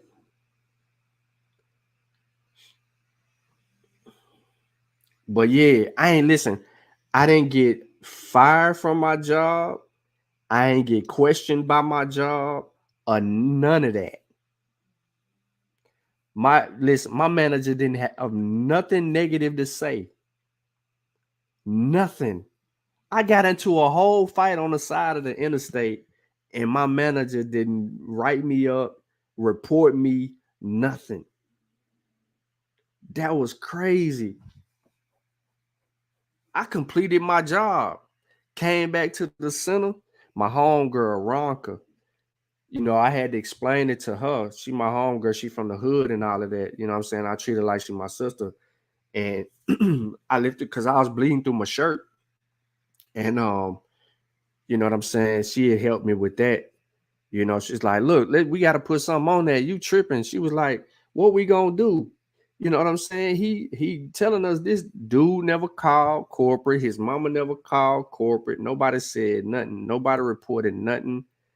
Man, they weren't even interested in doing nothing to me because my manager was right there saying that the dude was intoxicated and trying to fight. And I just defended myself. But yeah, my manager, he from Clarksville. His name is Jerry. Yeah, I remember that. That was love all the way, you know what I'm saying? I wasn't supposed to make it through that. I was supposed to lose my job, to be honest. But anyway, back to what you were saying about the TVs now. I ain't never took none of that stuff. But if you're talking about repossessing people's stuff, yeah, I have done that plenty of times. I tell y'all this. I ain't never told nobody. Have I told? I have told somebody this. How do I want to say this? I've had people try to seduce me, keep me from getting their stuff by being seductive. I've had that happen before. Unfortunately, it didn't work out well for them. But you know what I mean? I have been in positions like that, and I actually control myself pretty well in that position. You know what I'm saying? Most people probably would have took the bait and it would have turned into something. But yeah, like I've been harassed before picking up people's stuff. Like, you know what I'm saying? Like women try to, flirt or whatever. Like that just came with it. But I took that as, you know, some yellow light-skinned dude with dimples with an open face goal coming to your door talking about Renaissance shit. You know what I mean? Like, I just looked at it like that. You know,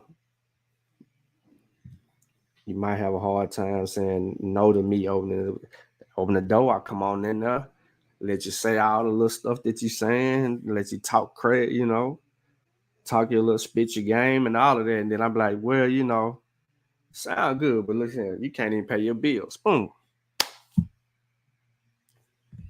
Chunk the deuces and get up out of there.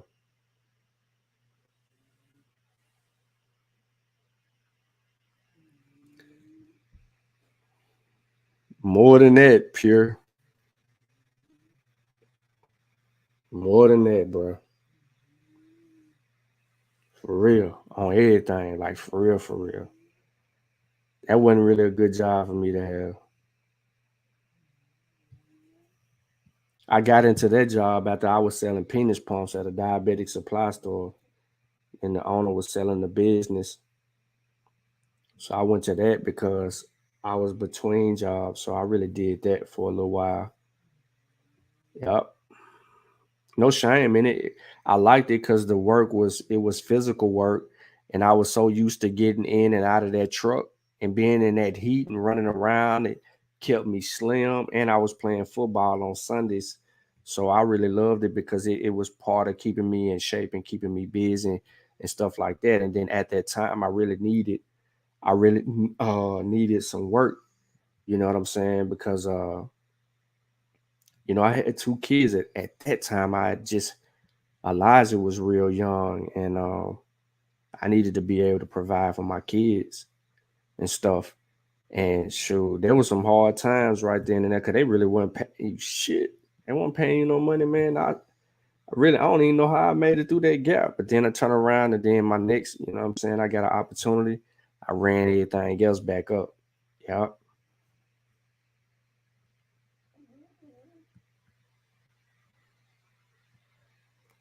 I look. The one thing about running center, it'll humble you because your situation may be different from a lot of other people. So I've been in the situations to where I've seen a lot of rats, a lot of cockroaches.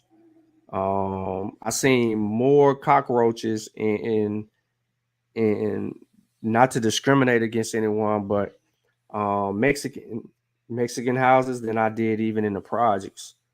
In the projects, you expect to see some roaches, but it wasn't as abundant as when I went to pick up a refrigerator from some Mexicans that was late on their payments.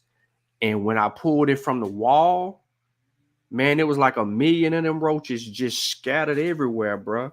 And it was heavily infested on the refrigerator too, bro. Like, that probably was the hardest pickup I ever had, man. That'd be it. And then if people got bed bugs and all of that, like, we be putting their stuff in plastic. We had this solution where we had to spray every mat down, every mattress down, every box spring down, put it in plastic. If it was used, we put it in a storage bin. The storage bins in the back. They'll stay in them storage bins, and then people will come get them storage bins and take them and burn them and do whatever they needed to do with the stuff on the inside of them storage bins. If it had roaches and stuff like that, you know, we can't bring that shit in the store. All that stuff going to storage bins, and they'll dissolve that stuff later. But man, like, that was a humbling experience. It was hard work and humbling. From penis pumps to consciousness. Yeah. I sold diabetic supplies. If you know anything about men, and you know, I don't want to too much talk about a lot of stuff, but men who suffer from diabetes will also suffer from erectile dysfunction at a higher clip.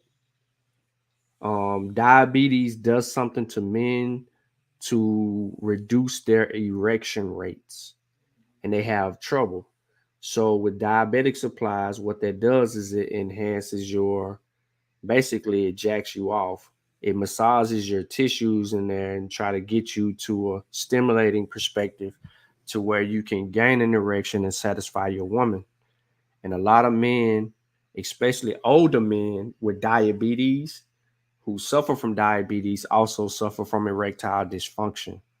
And me knowing that, when I had conversations with men, it used to be real hard for men, but I try to do it I try to speak to them in a joking way to where I can, have that conversation and it not be so disrespectful talking to another man about their problem. You know what I mean? And so I would joke, I'll be like, hey man, listen, I would run down a little spiel or whatever, and then I say, hey, this product will help you maintain your Jordan fist, because a lot of men suffer from this particular problem and things of that nature. I used to say Jordan fist all the time because, that kind of resonated with a lot of people, especially. And so, that would ease it in. But I used to be on the phone with women a lot who would be ordering supplies for their husband. Now, I'm a different beast when I got a female on the phone. You get me on the phone with the female and I'm trying to sell something, she gonna get it for the simple fact that I know that she ain't getting the Jordan fist. I know she ain't getting the Jordan fist. So, yeah, pause. So I know she ain't getting the Jordan fist from her man. So it made the conversations a little bit more easier, and women are more easily to say, absolutely, yeah, we need that because we need to. It's some business that need to be taken care of in this bedroom. You feel me? And thinking with his Jordan fist. But yeah, so they would rock with me on that, man. I used to do like about 100 or some of them a month. And I think I was making like $30 per. And insurance was paying for them. So, you know what I'm saying? I don't know what they pay these days. I said anything to anybody. I ain't care. I treated that like I was in the street. Anything that had to do with sales, bro, I treated like I was in the street. Yep. Just give me the product. I got it. Is how I saw it. Plus, I wasn't trying to go back to the street. I was trying to do whatever I could to not. So I took that rent-a-center job was between two jobs, but I was doing whatever I could to not go back to the street.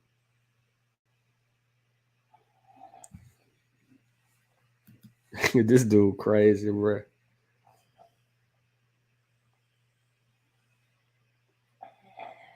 Man, Boom, I ain't gonna keep it up too long, bro. So peace to you, Boom. I appreciate you tapping in for real. I'm just doing this because I know it's. I'm looking at the numbers of how many people tapped into the show, and that's the only reason I ain't logged off, because it's still like so many of y'all still in here. Plus, I know y'all was with me being petty to Reggie because he was talking crazy. Chavis said, Sean been out here getting boys back. Hey, back in the swimming pool, player. That's why you told when our partner said he had a swimming pool issue, I was like, look, let me speak to your wife, bro. I'm gonna get you back in the swimming pool, bro. You know what I'm saying? Shout out to my brother. You know what I'm saying? I had to get him back into the pool, bro. I don't know what he had did, you know what I'm saying? Yeah, but it is what it is. I'm gonna do that.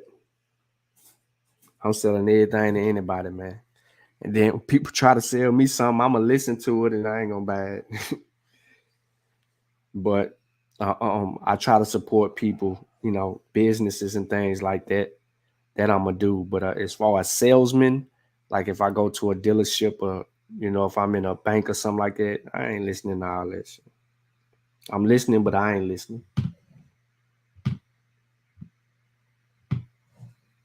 Straight like that. But yeah, man, look, I ain't trying to keep nobody up. It's one. I did this yesterday. And I really been tripping, you know what I'm saying? But for some reason I don't get sleepy when I get off work. I should be sleep and I don't be sleepy. So I think that what I'm gonna start doing is I'm gonna get back into my regime.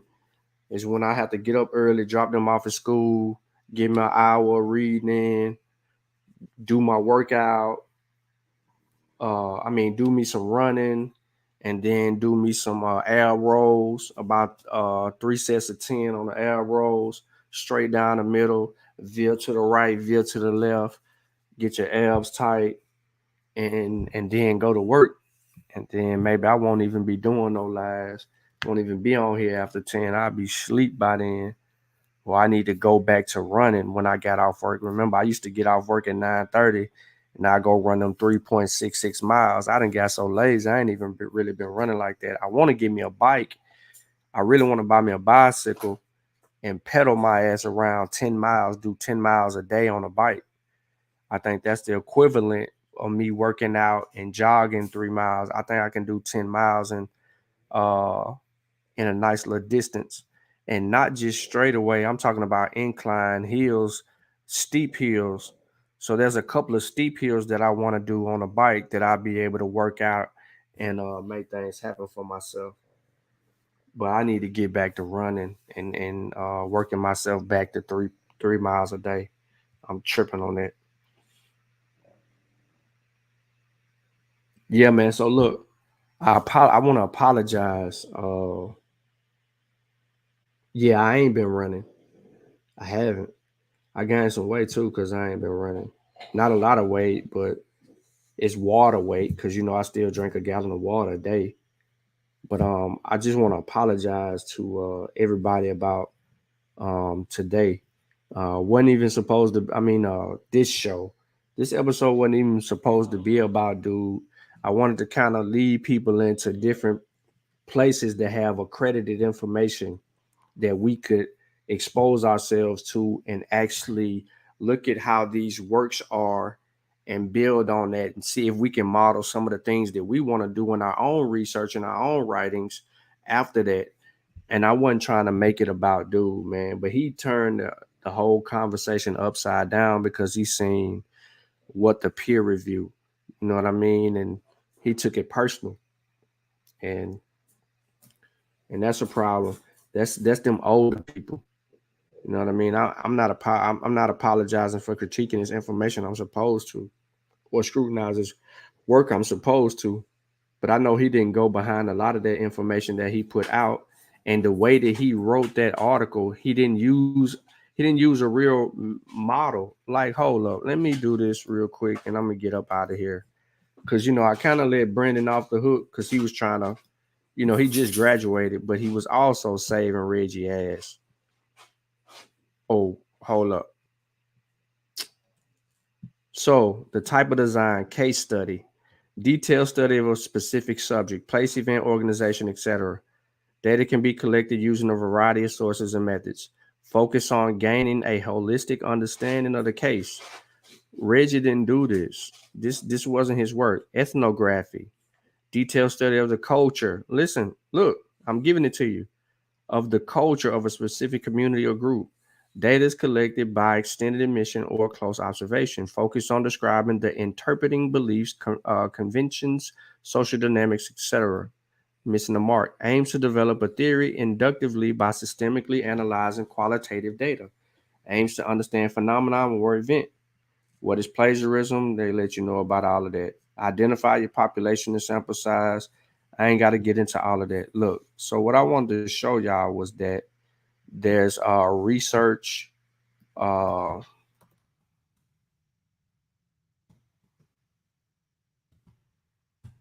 There's research models out there that actually exist. And when you look at these research models, right, this says academic research model. Selective area of investigation, review previous research, formulate your hypothesis. When I start talking to y'all, when I start reading Reggie's work, that's why I said, where's Reggie's hypothesis? Yeah, he collected his data. Yeah, he did a data review. Although he omitted a lot of information, he didn't follow the actual process.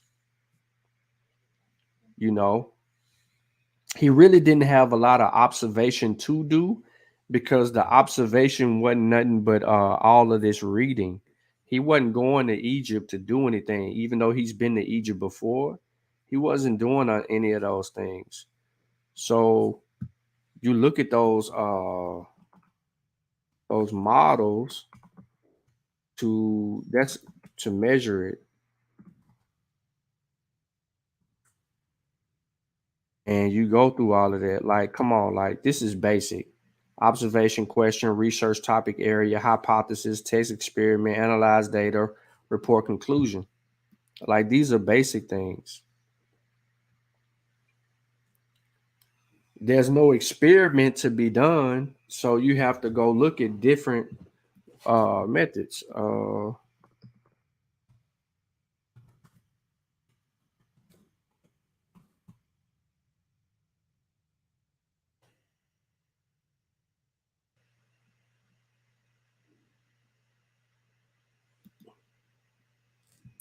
I hope y'all see this stuff.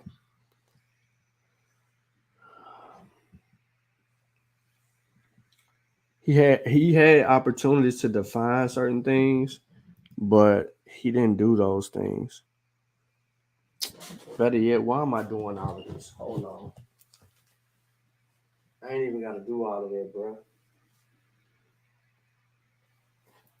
What you looking at, Tyson? You want me to cut the light off so you can go to sleep? Fuck you. Fuck you. All right, so y'all see this book right here? See this book? Let me stop sharing my screen. Research, how to plan, organize, and carry out research. So in this book is about it's a diagram book. So if y'all know anything about me, for the last 4 or 5 years, I've been real big. Well, since I've been saying anything in the community, I've been studying these methods. The research process, design and research, mistakes in research, procedural steps, research diagrams, all of that. You said it's small? Well, I don't know if I can make it big.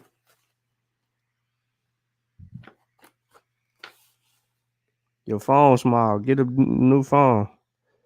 But the research process. Now, the moral of the story is this. Let me skip all of this and show y'all something. Chapter 3 tell you how to recognize mistakes in research.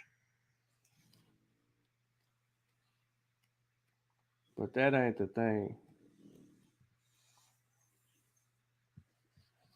This is what's important, what I'm about to show y'all right now. Even though the last chapter, that chapter 3 is important.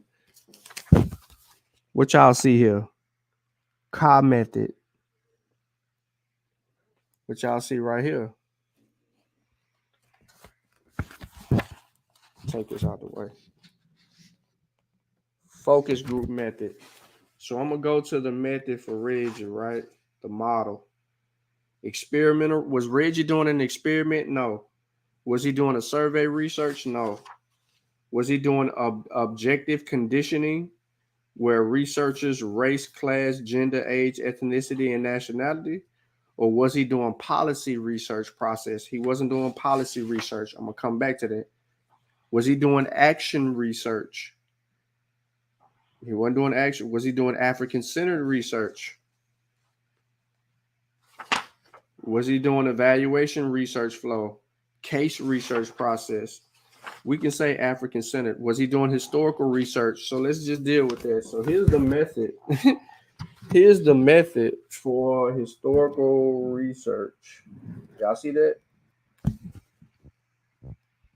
This is methods for historical research that I'm showing. Oh, it's small. I know, Chav, it's just small.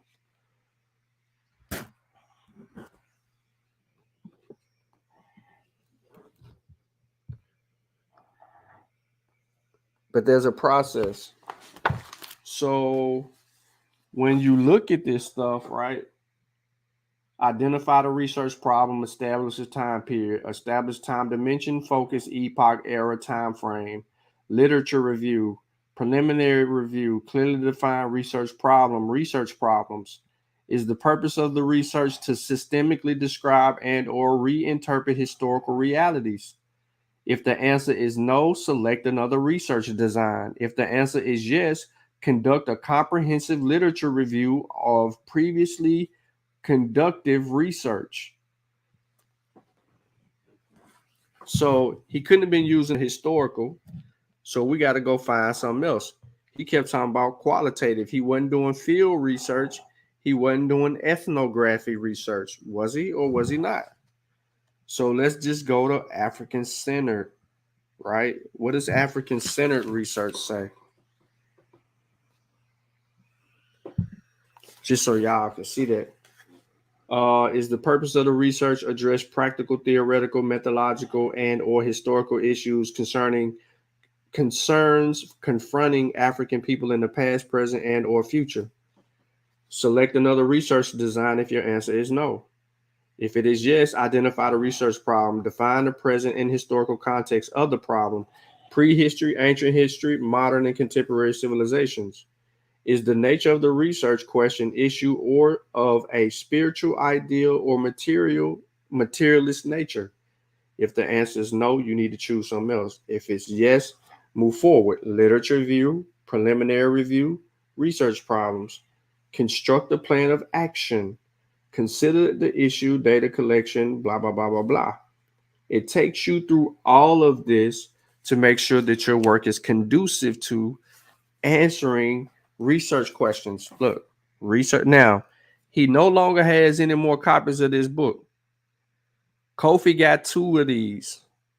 Kofi will probably sell you the second copy that he got from Takar, because I had this and Kofi didn't have this. And he wanted this book, and Takar found 2 of them somewhere that he was digging up, and he sold them to Kofi. If Kofi's listening, if you want that from Kofi, you could just hit Kofi up. See if he has it available. If he'll sell it to you, he has an extra copy of this. Like I said, this book will help you go through how to carry out research. This isn't the only research book. So this book, research, outline, historical, restoring history. I'm gonna use these 3 books right here, all from University of Kemet Press, by the way.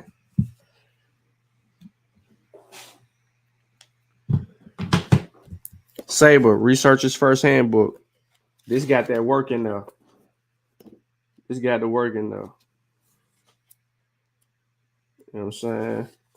It tells you what is research, art of capturing reality, approaching specific scientific problems, fundamentals of research design, research process as a whole. You probably won't be able to find this, but I do think that they might have updated it. Outline. This book has been updated and changed a little bit. This has a methodology to it, show you how to actually do like historical research. It goes through and talks about a whole bunch of other stuff. There's other research books over there.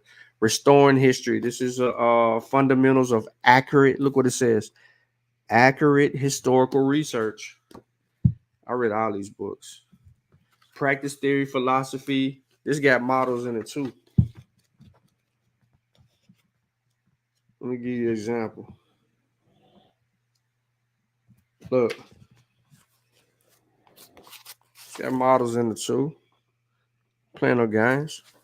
Takar's a statistic, has a PhD in statistics and stuff like that. So he a real geek on this stuff right here. Although you don't hear from him no more, he been teaching at the university, at Fisk University. They just had a graduating class that he partook in. But I really ain't even ran down on him at Fisk because of the pandemic and stuff.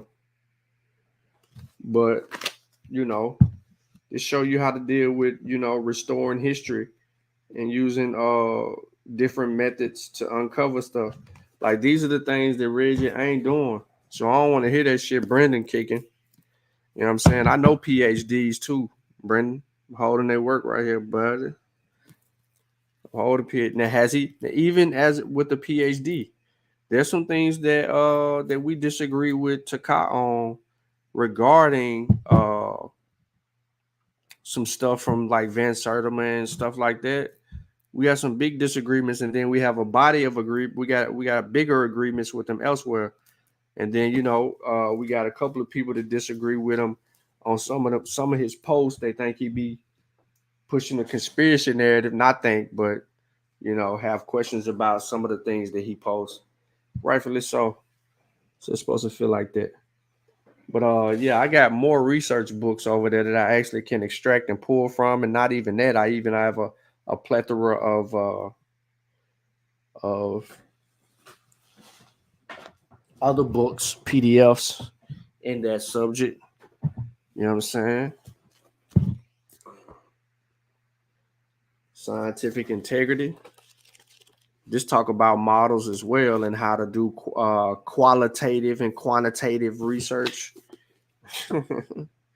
to a sense, or how to analyze that data, I should say. You know, how to look at case studies and prepare you for those things and what to expect out of that. So, you know, I don't just be talking, man. I'll be talking. I'll be doing the work, bro. And, you know, I don't need 2,000 people showing me love or respecting that. I ain't in it for all of that. But I don't apologize for trying to get to the truth. Look.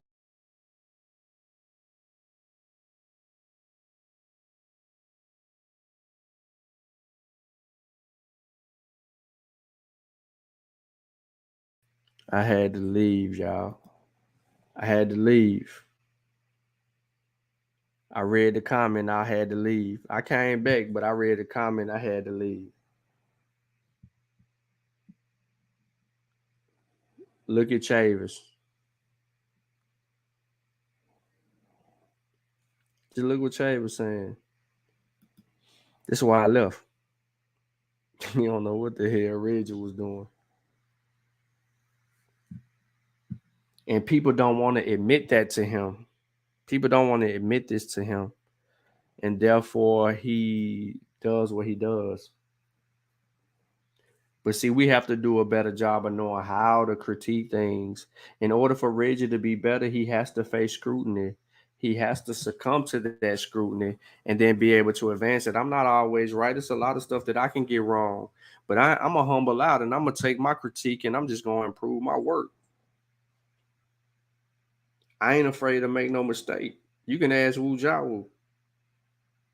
I ain't afraid of no mistake. I listen to what he say, then, you know what I'm saying? When they deal with the meta-nature and all of that, I correct it and keep it pushing. I'm going to go back out there and make another mistake. My mistake-making days ain't over. I'm going to make some more. I'm not perfect. Fuck out of here. But look, man, I appreciate everybody tapping in, man. I'm going to let y'all have y'all evening back, go to bed. I know I done put some of y'all to sleep. Some of y'all got y'all eyes closed, earbuds on, and the whole 9 yards. You know what I'm saying? So I appreciate everybody tapping in and rocking with your boy, man. I'm going to let y'all go ahead and lay it on down, man. You know what I'm saying? And again, I apologize for us having to go through this. It wasn't even my intention to deal with this. I was supposed to be trying to deal with something else. But make sure y'all go pick up y'all copy of Balad al-Sudan, The Coming of Islam in Balad al-Sudan, yo. Rock with your boy. I think oftentimes when people hear me and see me, they think that I'm a fool. They think that somehow or another I've lost my mind, that I'm not down with the in crowd. They've said that nobody would love me and that I'm an outcast. But let me say this here now. We can be clear about anything. Please let me be clear about this. And I pray that it's received and understood. I don't want to be one of you. I don't want to be one of you weak men, weak people. For my brother, I'd rather die. Death is welcome rather than to call myself you spineless black men. Side high, I ain't your traditional. Rapper smoking medicinal, stayed in detention. Life is all about principles, cynical ass niggas. Sorry that I offended you. I bring something different while niggas sounding identical. I'd rather drown in the swimming pool, then to let you imbecile stop me from topping my pinnacle. Try me blocked by the genitals, trust me, it's not intentional. It's the difference between the gangster and the criminal. Cause real gangsters can't do Breakfast Club interviews. A lot of you niggas don't own a business suit. A slave for every pair of Michael Jordan tennis shoe. But anywho, got your bitch walking around like she winning pool with no bottoms on, just the top of her swimming suit. What you gon' say when them niggas gon' try to get at you? Them in what army, or you just talking in general? Cause in the end, we all gon' die like them Seminoles, nigga. These niggas weak. I'm fucking up, these niggas weak. These niggas weak.